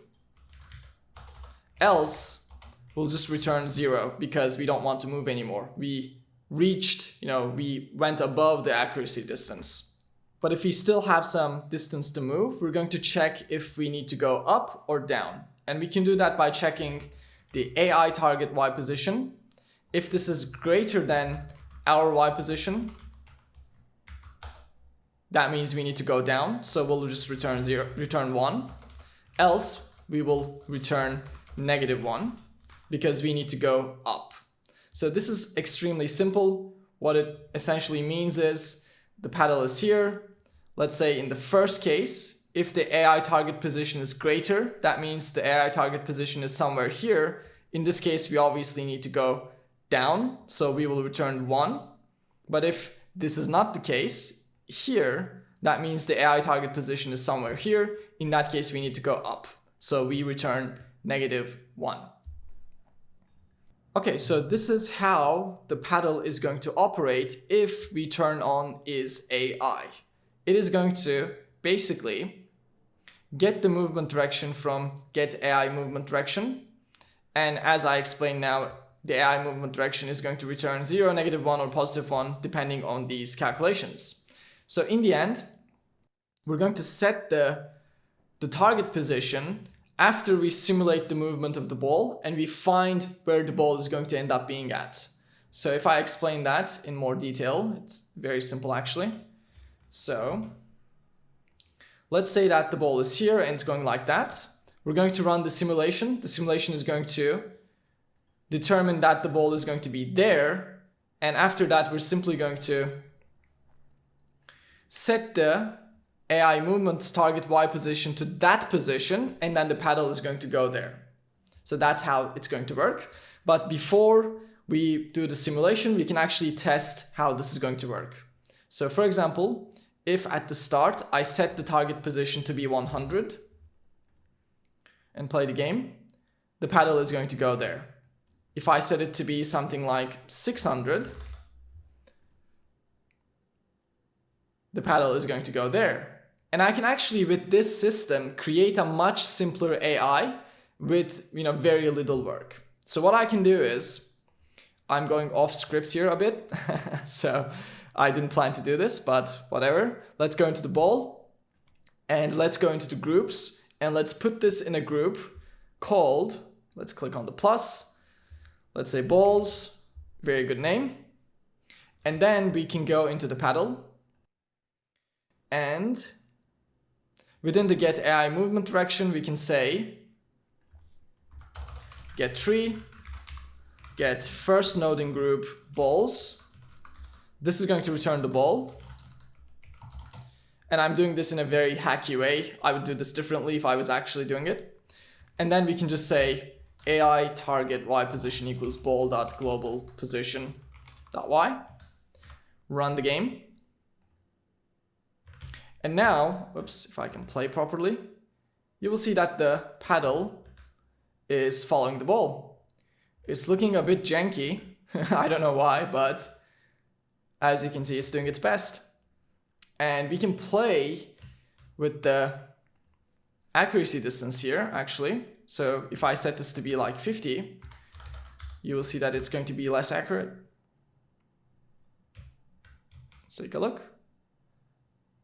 Yep, as you can see, it's doing much, larger movements, and it almost missed it there. But if I set it to be something smaller, like, 10, it's going to try to go more so towards the ball. As you can see, now it's not really missing it that much. Oop, missed it there. It's too slow, that's the problem. If you want it to be better at the game, you can increase the speed of the paddle, because as you just saw, if it's just too slow, it's not going to make it there in time. And if you want it to be crazy, actually, you could just set the global position of the paddle to the global position of the ball. And I can actually show you that as well, really quick. So at the end, here we could just literally say global position .y equals ball, and then we need to bring the ball there as well. And then I can just play the game. And then both paddles do that actually. So it kind of defeats the purpose. I would have to take this and say if isAI, and then it's going to work. And now it would literally be perfect at the game. Let's give it some difficulty like that, and as you can see, it's perfect. So this is more of a perfect AI that you can never beat. The other version that we created, let's get rid of this, that used this movement direction, this target position. This is beatable and it's kind of janky, as you saw, but the one that we're going to create, the one that we're going to simulate, is going to be way better, you'll see. But for now, I just want to show you these two. Now we're going to work on actually simulating the position of the ball. So first of all, we're going to write a function called simulate ball movement, and this function is going to be called when the ball touches one of the paddles. So whenever the ball, for example, hits the paddle, we're going to call this function so that we can see where the ball is going to go. Inside of this function, we're going to create a for loop. This for loop is going to simulate the frames of the game. In each iteration of the loop, we're going to take the position of the ball. We're going to increase it by the motion equation we learned in the tutorial. Movement direction times speed times delta time. This is going to simulate 1 frame's worth of movement, and we're going to do this as many times as we want to simulate the position of the ball into the future. And because I said this is going to be 1 frame, we can, for example, run this for 60 times to simulate 1 second of motion, because we know that this game is running at 60 frames per second. I will show this to you in the project settings. So knowing that, we can use multiples of 60 to simulate X seconds into the future. So for example, I could multiply 60 by 3. That's going to be 180. That means running this loop 180 times will simulate the ball's movement 3 seconds into the future. So we're essentially going to take the ball, take a look at the position, simulate 1 frame's worth of movement using the movement direction, speed, delta, and then we're going to continue doing that until we either run out of for loop iterations, or we reach the end of the game on the right side or on the left side. That's going to be another aspect of this function.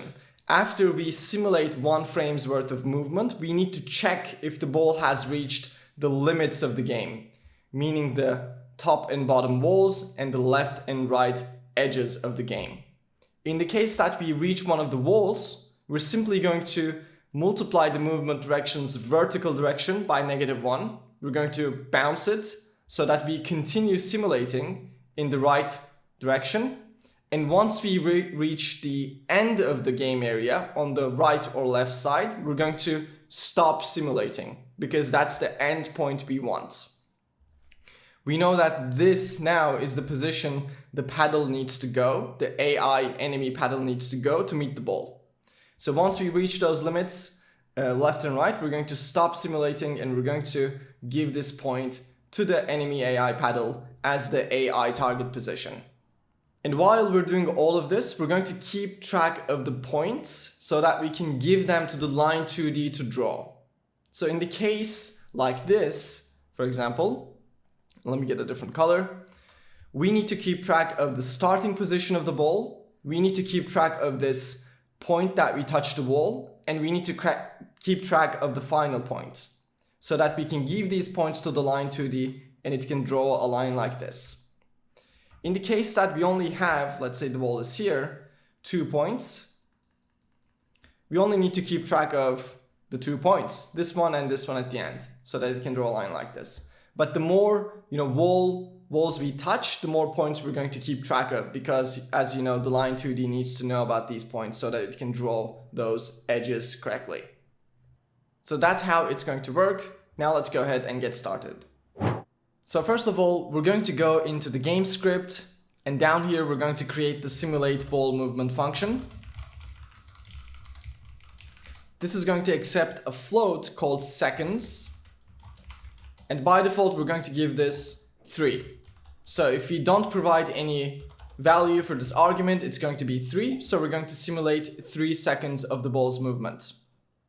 First of all though, we need to be able to detect when the ball hits the paddle, because that's when we're going to call this function. So let's go into the ball script. Up here we're going to create a signal called bounced, and we're going to emit this signal inside of the bounce from paddle function at the end. And then back in the game script, inside of ready, we're going to connect this signal, so ball.bounced.connect, to a function that we're going to call onBallBounced. So that each time the ball bounces from one of the paddles, we know. Let's put this above simulate ball movement. And inside of this function, we're simply going to call simulate ball movement without any arguments. So we're going to use the default value of 3. Awesome. So let's actually print this and see if it's working or not. So each time the ball bounces, we should be printing 3. And as you can see, it's working. Awesome. So let's start implementing this function. Down here, we're going to have that for loop I was talking about, the main part of the function that everything is going to happen. This is going to use a range that's going to go from 0 to 60 times seconds. Why 60? Because like I said a second ago, we're running the game at 60 times per second. If you actually go into the project settings, into physics common here, you will see that the physics ticks per second is 60, which means in 1 second, we're running the game 60 times, 60 frames. So to mimic that, we're going to do this 60 times the seconds that we provide. By default, this is going to be 3. So the loop is going to run 180 times. Great. Before we can implement the for loop though, we need to create some variables that we're going to use. First of all, we need to get a copy of the ball's current position and the movement direction, because we're going to change them, but we don't want to change the original ball because that's going to mess the game up. That's why we're going to create some copies and work with them.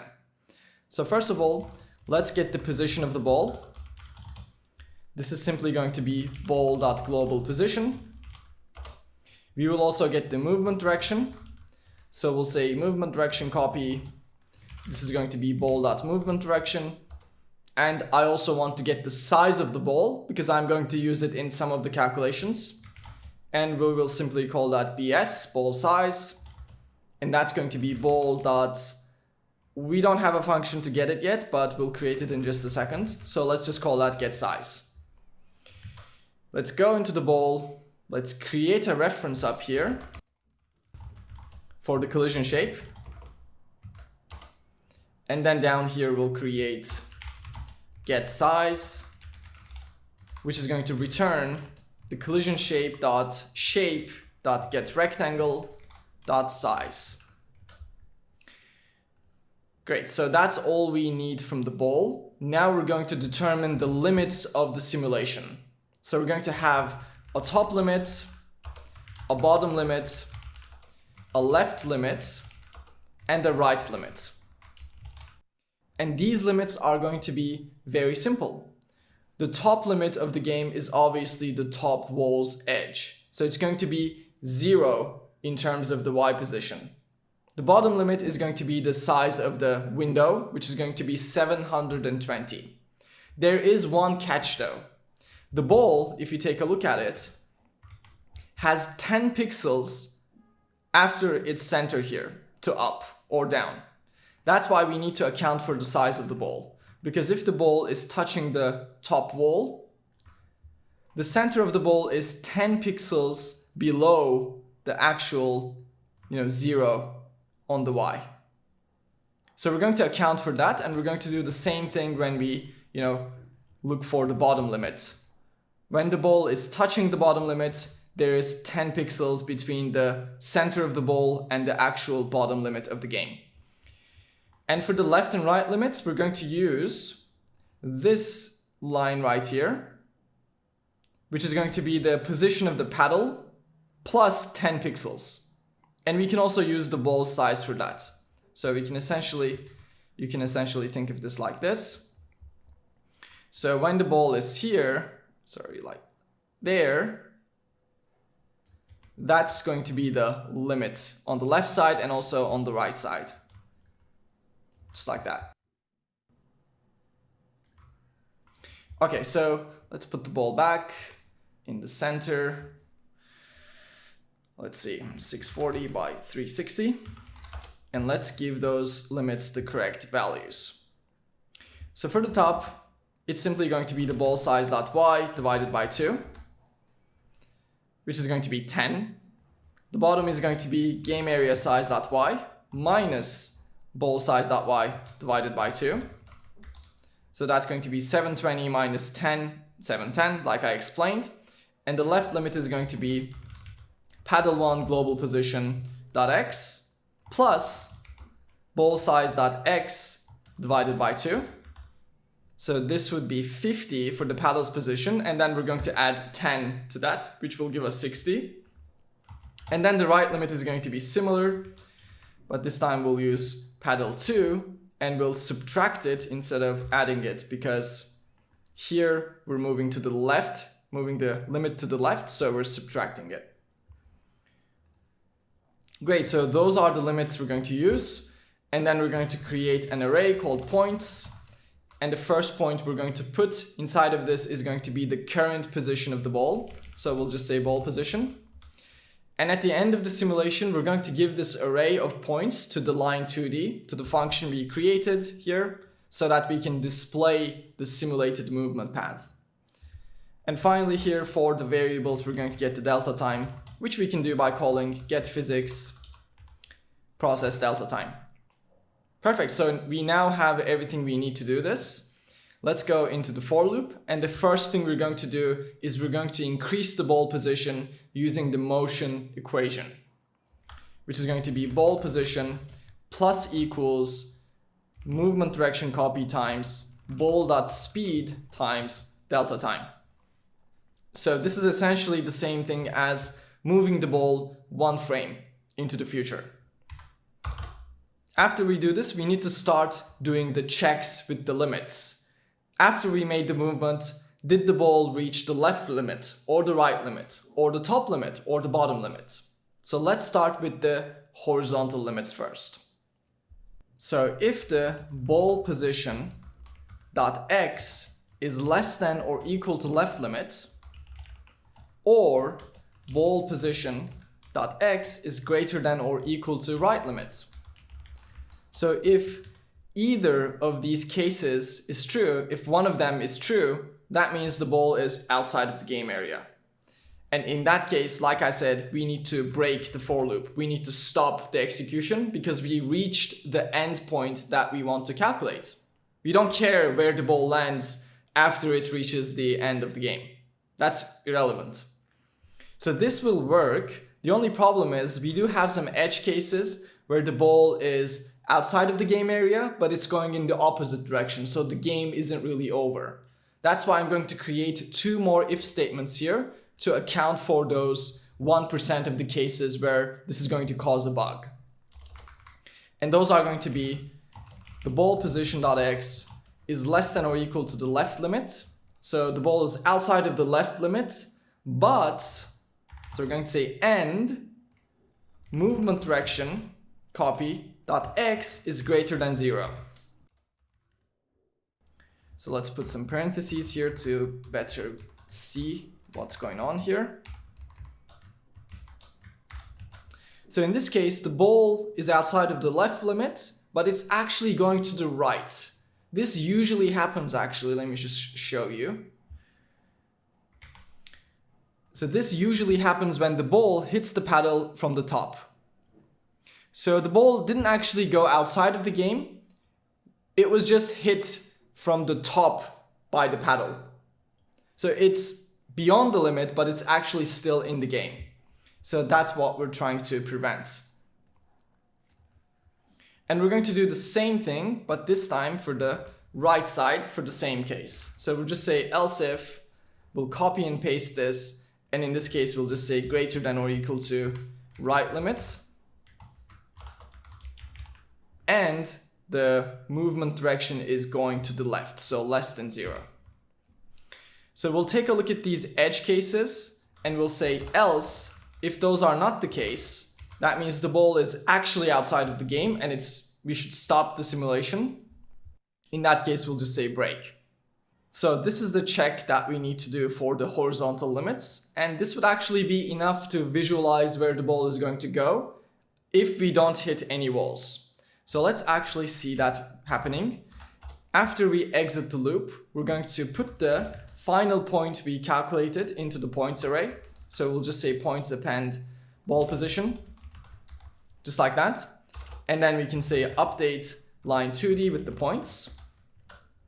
So what we're doing here is after we break out of the loop, the final position we calculated is going to be the ending position. So we're simply adding that into the array and then we're updating the line 2D. Okay, so let's see if this is going to work. And as you can see, it does. We are correctly displaying where the ball is going to go. But if I hit one of the walls with the ball, you will see that it's not going to work. So now we're going to fix that by checking for those horizontal limits and then changing the movement direction of the simulation.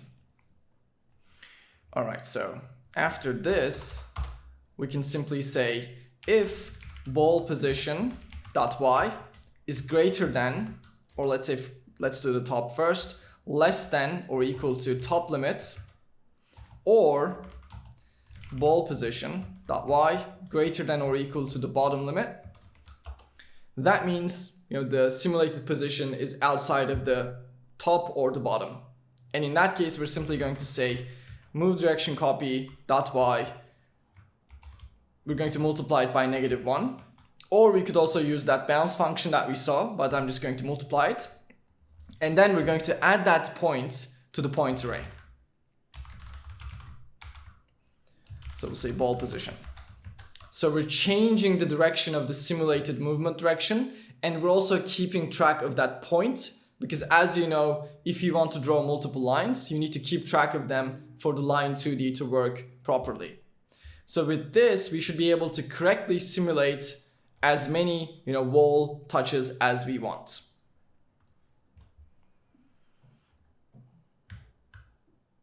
And as you can see, it is working correctly. And even if I have 2, let's say wall touches, it should work. So let me try to get 2. And as you can see, it's working. And the AI that we currently have, as you know, is that janky AI that we implemented. This is not the final AI. So let's actually fix that as well. So let's go into the paddle. Let's get rid of this hacky thing we did. And now we're going to use, let's go back into the game script. We're going to use this final position we end up with as the AI target position. So we can simply say, if paddle2 is AI, we'll set its AI target position as the ball position dot y. So now it's going to use that value we calculate. Oops. If I can actually play the game. And as you can see, it's immediately going to the calculated position and it's not looking janky anymore. It's actually quite smooth. It's a little bit too fast, so it's having to correct itself before it arrives. And we can actually even fix that by giving it a larger accuracy distance. So let's set this to be 25. And you will see that that bounciness is going to go away. But that's just a choice. Like if you want that bounciness, you can decrease the accuracy. Now, as you can see, it's playing close to perfect.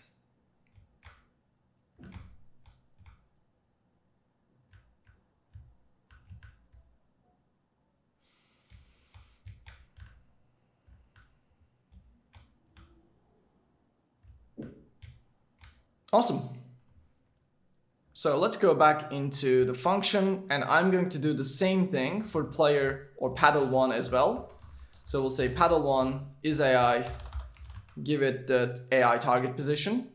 And that's because both of the paddles can be AI. You might want to play with paddle2 or you want both of them to be AI, like it's up to you. We can actually see that working in action as well. So for example, I can set paddle1 to be AI. I still need to set this as player1, but it's okay. and then I'll turn off is AI for this, and then I can actually play with paddle 2 here. Let's see. Just like that. It didn't work at the start of the game there, and that's because we're not, we need to simulate ball movement at the start as well, because now we're only doing it when the ball bounces from the paddles, but when the game starts, we also need to do it. So let's fix that as well. In the game, we'll say inside of reset round, oops, let's go back there. After we set the ball to be active, we'll say simulate ball movement, and that's going to fix that, as you can see. Now we're playing with paddle 2, and paddle 1 is the AI. Let's also get rid of those test points that we're using at the start. We don't need them.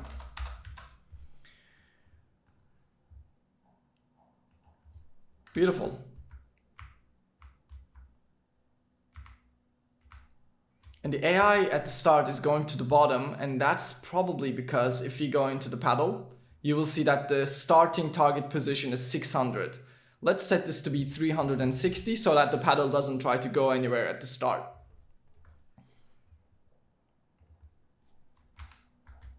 Awesome. Let's try that again. Maybe try in a case where it goes to the AI first. Perfect. Great. Seems like everything is working just fine. The next thing I want to do is I want to be able to toggle the visibility of this line. So we'll go into the project settings, we'll go into the input map, we'll create a new action called show lines. I'm going to assign the E key for this. And then within the process of the game script, we'll do a check. If input is the action just pressed, show lines.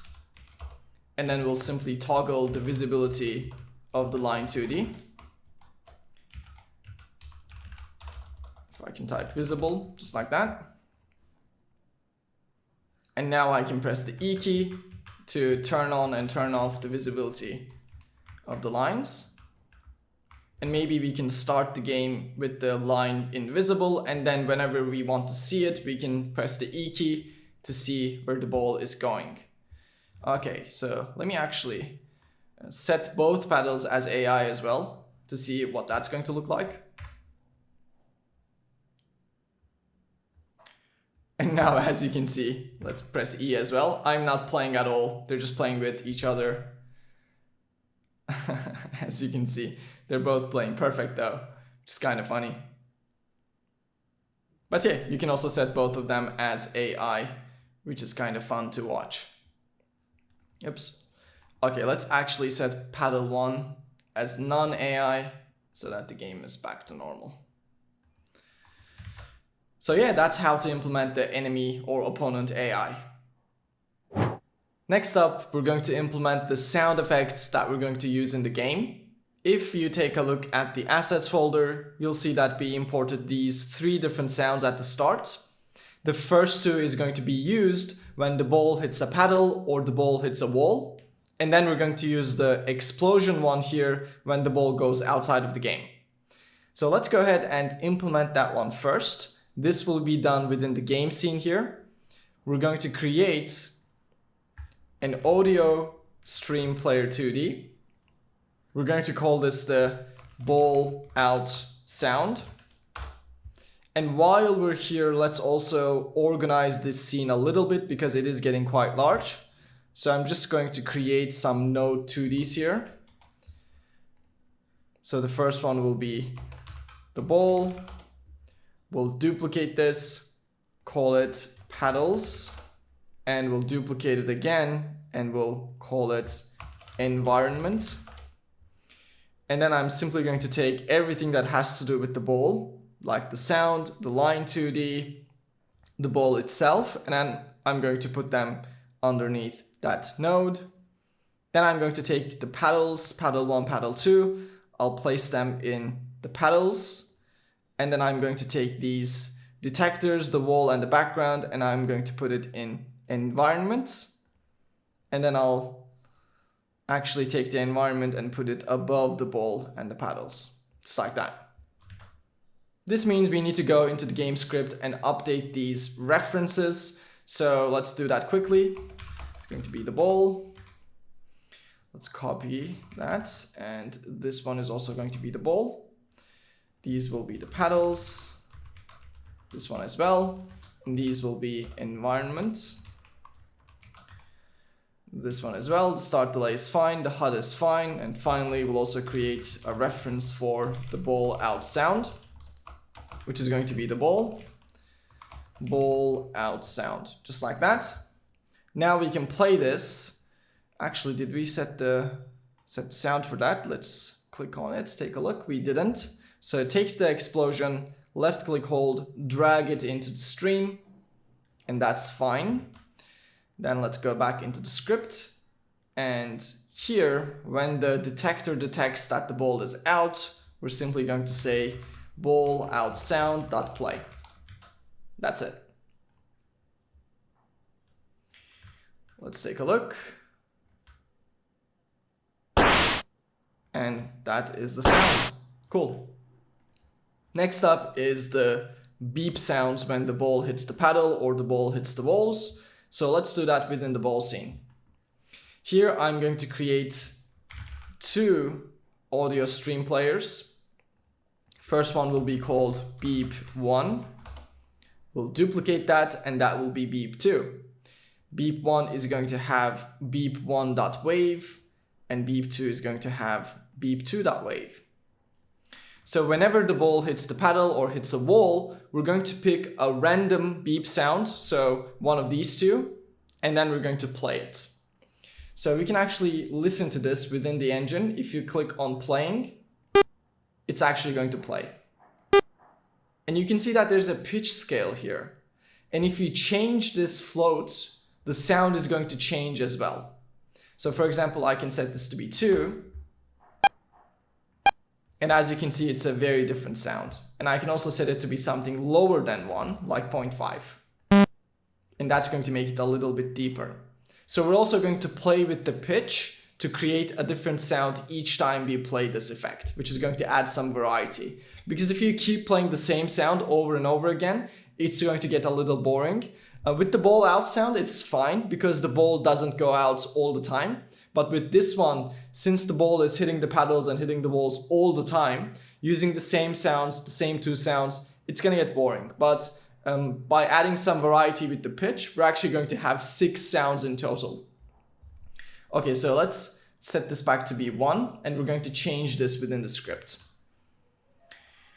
So up here, we'll create 2 references to these, beep1 and then beep2. And down at the bottom, we'll create a function called playBeep.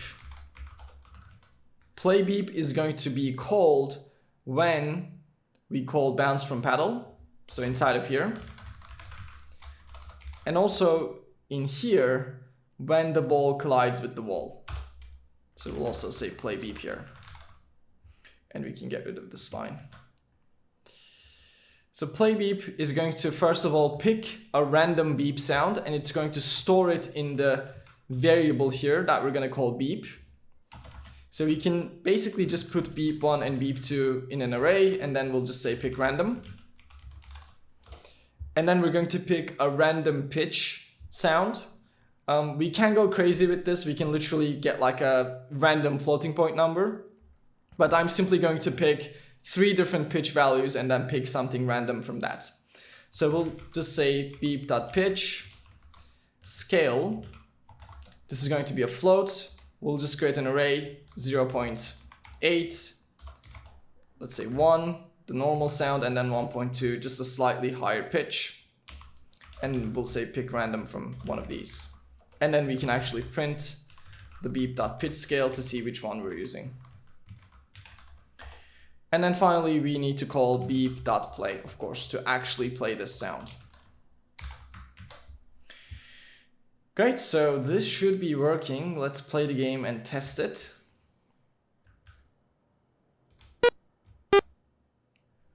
Now, as you can see, it's working, and we can take a look at the output to see which pitch we're using as well.